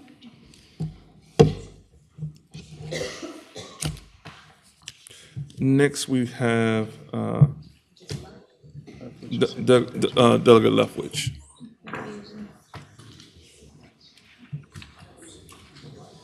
Thank you, Mr. Chair. Is Mike here? This is House Bill 2718, and I have an amendment. There's a motion and a second on the amendment. What would you explain the amendment? Okay, thank you, Mr. Chair. All in favor express by saying aye. Aye. Those opposed? All right, thank you, Mr. Chair. So the amendment strikes the language that I've added to this statute begins on line 47 of your PDF version. The amendment would strike all that language and insert essentially very, very similar language. And the distinction between the introduced version and the amendment is that the prima facie evidence of the flashing lights could be demonstrated through documentation as opposed to a visual picture or videograph. And that amendment came about upon some fairly lengthy conversations with localities or counties that do not own their right-of-ways, and so they could not put a second camera up to take a snapshot of the flashing lights. But I'm assured that the way their systems are set up, that before the camera takes a picture of a speeding car, it gets a signal from the machine that it's operational.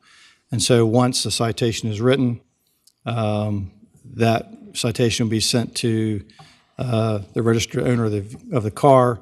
If they contest the ticket, then they would be provided all this information that demonstrates that a prima facie case has arisen, that the lights were flashing, that they were driving the car, that they were exceeding the posted reduced speed limit in a school zone.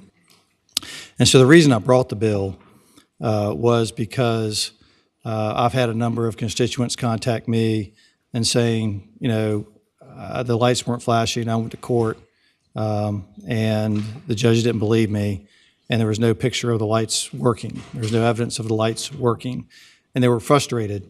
So I looked at the bill and I thought to myself, okay, if we're going to use this system to charge and convict people of speeding in a school zone, and there's certain elements that have to give rise to a prima facie case, then that prima facie case should include all the elements of the offense, which would include evidence of the fact that the lights were flashing. And so that's the purpose of the bill. Stakeholders are happy. They're here to, I think they would be more than willing to tell the committee that they've massaged the language and they're satisfied with it. So I'd ask that the committee look favorably upon the bill. I'll stand by for any questions. Thank you, thank you, Mr. Chair. So, Mr. Chair, I have a question for the patron or question for council because I don't see the amendment online. Okay, it's not online. All right, we did not adopt. So I can read it. Council can read it. They have a copy of it. This was a 11th hour thing. Would you like me to read it? I'm sorry. All right. Does council have a copy? He only has one copy.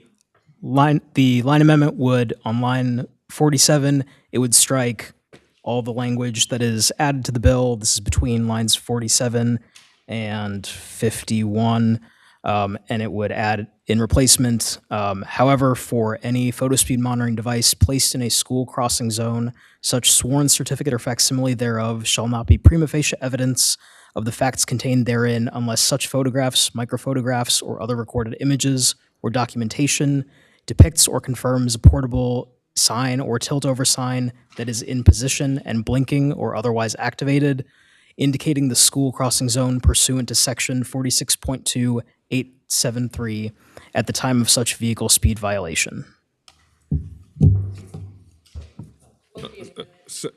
There's a motion and a second on Mr. the Chairman. amendment.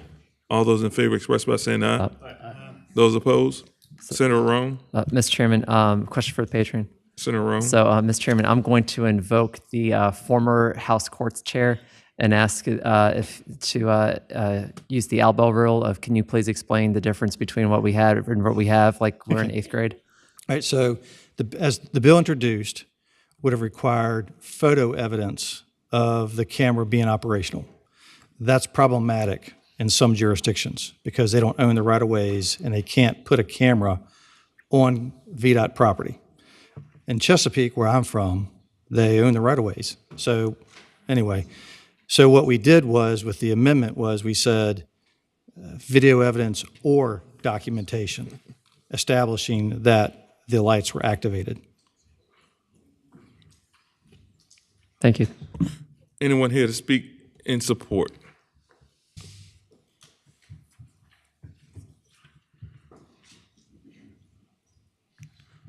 Three minutes.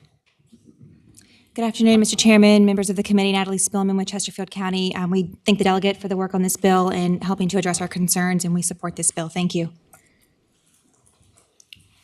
Mr. Chairman, I'm Craig Whittam, representing Blue Line Solutions, one of the vendors. We also thank the patron for helping us with this language, and we support the bill as well. Mr. Chairman, members of the committee, James Hutzler, Virginia Association of Counties. Appreciate the patron for working with us and addressing our concerns. We support the bill. Good morning, members of the committee. My name is Mitchell Smiley with the Virginia Municipal League, and I'd like to lend our support for this bill as amended and thank the patron for indulging my call this morning on this issue, and I apologize that that's the reason you all don't have more copies of this. So please support the bill. Anyone here to speak in opposition?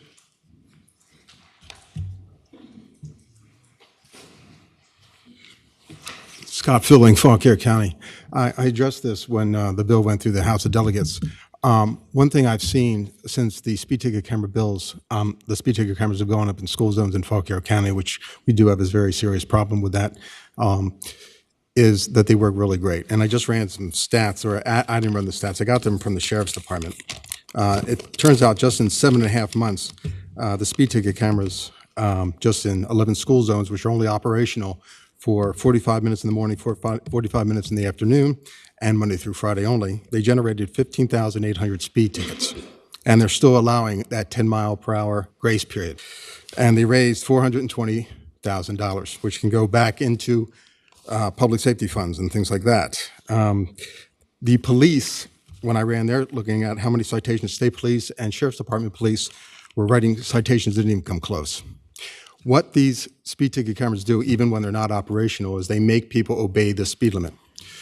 School signs already, when you're having school zones, they already flash. They already have big, bright, flashing signs. They already exist. So they tell you when they're operational. In my opinion, when you have these speed cameras in place, they essentially act like a patrol officer there 24 hours a day. So they deter speeding. If you add extra additional lights, people are going to say it's essentially telling them it's okay to speed because it's not when it's not in an operational mode. So that's why I'm against the bill. Thank you. Mr. Chair, can I ask you one question? Senator Sutherland would like to ask you a question. Oh, yes, sure. I just wanted to clarify. Are you a citizen of Fauquier County? Citizen of Fauquier County. Not with the county informally? No, I do not represent, but I just represent being involved with this since looking at speeding in Fauquier County out of control since 2004, and a lot of other citizens are involved as well. Thank you, Mr. Chairman, and thanks for making the trip.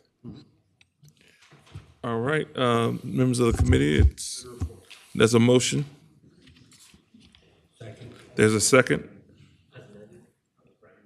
To move to the report as amended, if you would open the roll.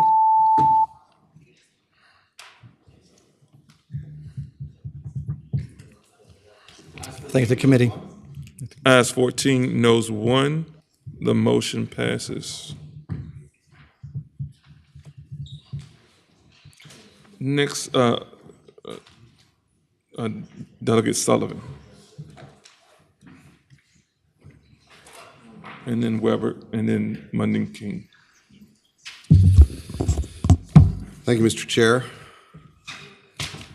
This is HB 2550, and I believe there's an amendment.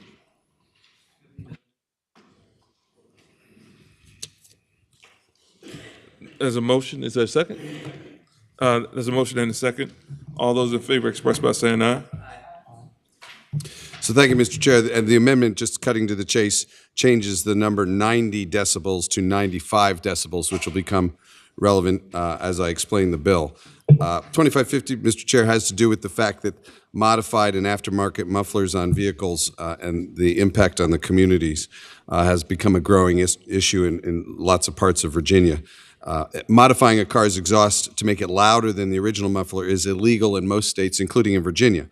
What HB 2550 authorizes is counties and localities in planning districts 8 and 16 to institute a 2-year pilot to place and operate noise abatement monitoring systems to record and enforce exhaust system violations. It provides that the operator of a vehicle is liable for a civil penalty not to exceed $100, and it contains lots of data privacy provisions, exactly the same as the data privacy and storage requirements as we have in current law for photo speed monitoring devices. The bill has an expiration date of July 1, 2027. As I said, it's a 2-year pilot, and what it is it provides localities a way to measure sound by the side of the road. It originally said 90. We've, I think, got Peace in the Valley. There were a couple of, at least one car manufacturer who asked us to put it up to 95 decibels, and we were agreeable to this. This came to me from Fairfax County, which is in Planning District 8, and Delegate Josh Cole is a chief co-patron, and we've added his Planning District 16 into it because I think his some of his localities are interested in doing this too. There would be a report of the results so that we could come back, we, the General Assembly, could come back and look at how well this worked and whether we wanted to continue it. So it's a very finite period of time. And that's 2550, Mr. Chair.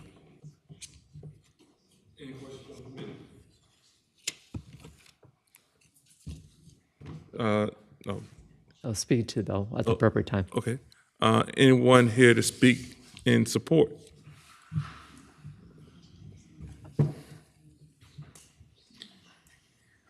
Mr. Chairman, members of the committee, my name is Noel Dominguez. I'm here on behalf of the Fairfax County Board of Supervisors. First, I want to thank the patron for carrying this bill for us. Over the past several years, modified and aftermarket mufflers have had a huge impact on our communities. They are really addressing the safety and the quality of life for many of our constituents. At the same time, new technologies are rapidly advancing, and there is this new technology that you can put it on the side of the road and find a way to address these loud mufflers separately. Because this technology is new, we have asked for the ability to have a pilot. We think that this will give us a way to, it will prove informative, and it will reveal both the challenges and the benefits of a new way to address loud exhaust systems. It is only for Planning District 8 and 16, but we would appreciate your support, and thank you very much. Thank you. Anyone online? Anyone here to speak in opposition? Senator Rome. All right, thank you, Mr. Chair. Speaking to the bill. So just in where I represent Western Prince William, Manassas Park, we've had rather significant problems with noise on the Prince William Parkway specifically, where my constituents, when I was a colleague of the patron and Way on the back other side, way back when, right, all those 2 years ago, when I was representing Yates Ford area in particular and Signal Hill, they were telling me it was getting to be unlivable near the Parkway because of the constantness that we were having in that area in particular. I live near Manassas Drive in City Manassas Park, where up and down that road we have had this problem again and again and again, which is actually why we passed a bill a few years ago to ban test drives in that area, just trying to cut down on that. And so this has not only become a quality of life issue, but if you've ever had tinnitus in your ears, you can also find that very sudden, very loud bursts like this just aggravate the issue that you end up having for a pretty good while afterwards. So I'm going to strongly support the bill today. Thank you, Senator. Senator Sturtevant. Just a question about the bill. Does it apply only to passenger cars and not motorcycles? Am I reading that right? Mr. Chair, Senator Sturtevant, thank you for that question. I should have made that clear. It does not apply to motorcycles. Any additional questions, comments? All right, it's before us. There's a motion. There's a second. The clerk, I'm sorry. This bill should go to finance. There's a motion to report and re-refer to finance, and there's a second. Open the roll.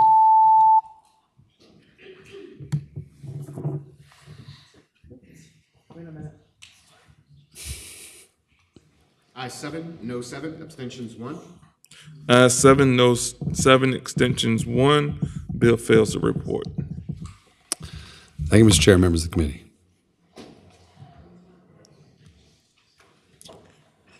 Delegate Weber.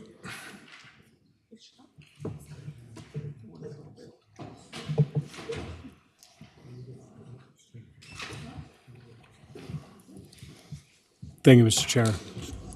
Mr. Chair, before you, I've got 2423, and I'll describe the problem and then what the bill, how the bill seeks to solve that issue. I've had multiple constituents that, received out-of-state and toll and camera violations, but the car in the picture, while it was registered to their address, did not belong to them. And currently, the way they solve that is they end up filing a fraud case, and it takes forever, and it becomes a criminal matter. Whereas what this bill seeks to do is find basically a civil matter, and if the constituent reports this to DMV, it requires the department to attempt to notify the vehicle owner of such report.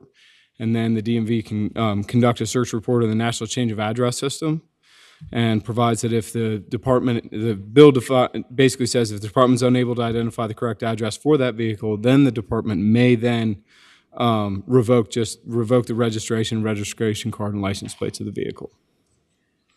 And that's what the bill does, Mr. Chairman.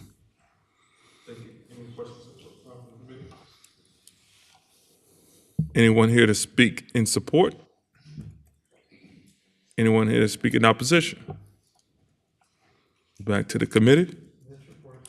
There's a motion. There's a second to report. Clerk, open the roll.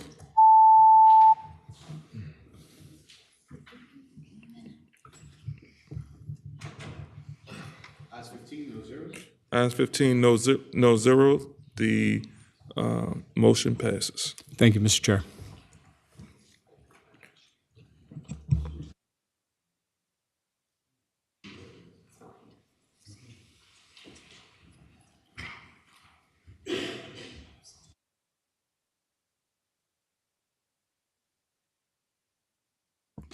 We'll be at ease just for a moment.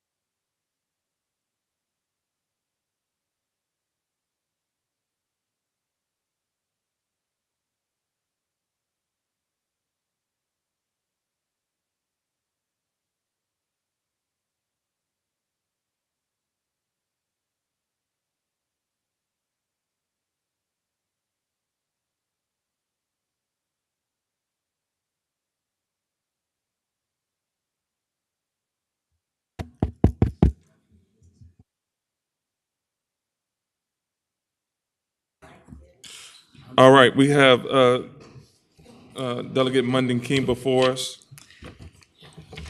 Hi, Mr. Chair. Thank you so much to you and members of the committee for hearing this very simple bill. But before I get started, I think you all may have a line amendment. I can present it.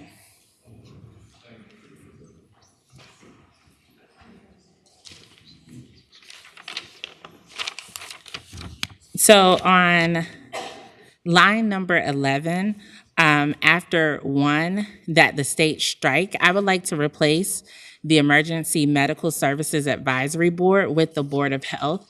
I've been in conversations, and that's just the more appropriate agency. There's a motion and a second on the amendment. All those in favor express by saying aye. Those opposed? The amendment. Thank you. So what House Bill 2384 does is addresses an issue. This past year, regulatory changes from the federal government and State Board of Pharmacy could impact combination fire and rescue squads that don't have the name and lettering as big. In my community, it's the Dumfries Triangle Rescue Squad. And so what this would do is not require them to re-letter all of those vehicles to make the name of the EMS permit holder just as large as the Dumfries Triangle Rescue Squad. It's very simple, but would save my county a lot of money to not have to do that. Members of the committee? Anyone here to speak in favor?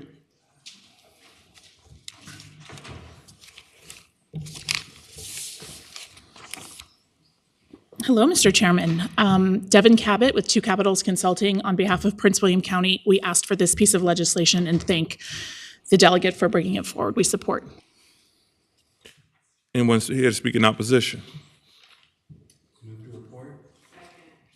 There's a motion and a second to report, and we'll be at ease just for one moment.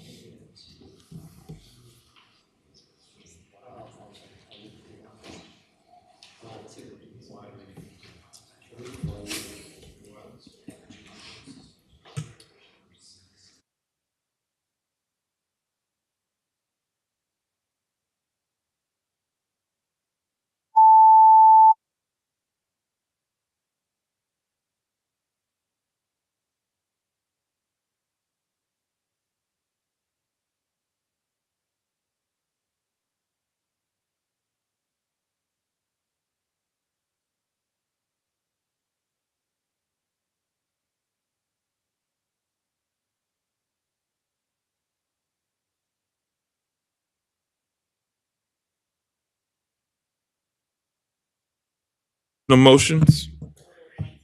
Any additional motions? Any? Can I bring this other motion? Yes. Okay, thank you. I'm not really sure what the motion is, but. I think Reconsider. it's having voted on whatever side that did not make this bill successful, HB 2550, I'd like to reconsider that vote. There's a motion to reconsider 2250. Mr. Chair. Yes. Can we please go at ease? At ease.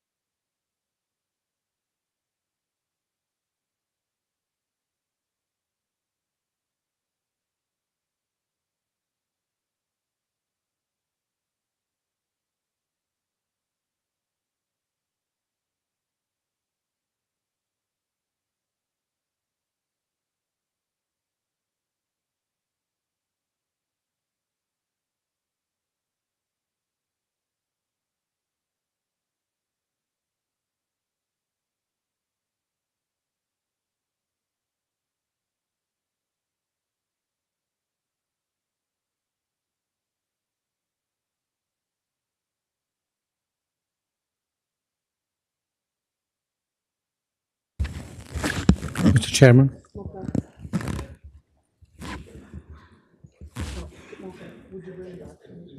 Is there a motion? Does it have to be one of us? Yeah, please. Okay. Having voted on the prevailing side, I vote to, make a motion to reconsider. There's a motion and a second to reconsider HB 2550. All those in favor express by saying aye. Oh, it's recorded.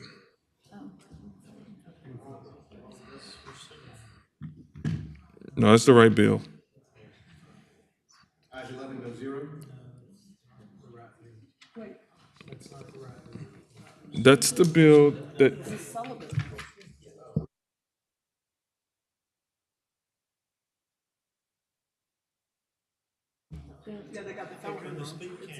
No, guys. I don't want to do this. 2250, motion to reconsider. 2250, 2550, motion to reconsider. Because we have to vote, so she's changing her vote to a yes. Okay. All right. Now we can move to reports, right? Oh, no. Where's she at? Where's he at? Where's Rip at? 2550, yes, the North. He did it. Thank you. All right. Senator Pekarski, would you explain what we are doing? Well, I think we are reconsidering this vote, I need you to say a little bit more than that. so I can vote for it this time. Okay. Mr. Chairman, move to report HB 2550, I believe, as amended. Second. There's a motion and a second. Clerk will open the roll on 2550. And re-refer. And re-refer to finance.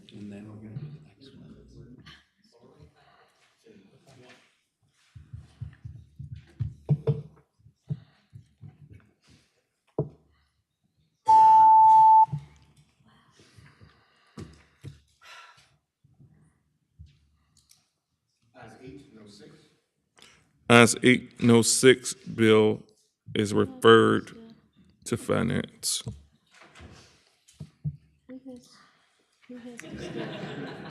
Does anybody have Distaff's proxy? Sturdivant. He's not voting. He's not voting. He's not voting. All right. Any additional motions? Any additional motions? Hearing none.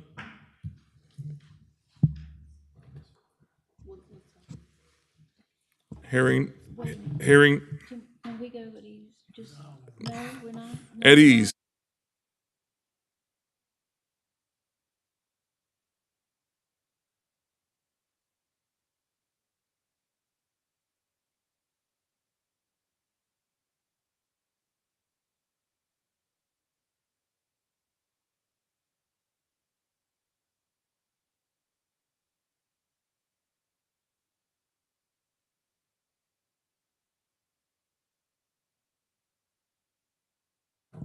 Okay, let's go. Thank you. The committee will rise.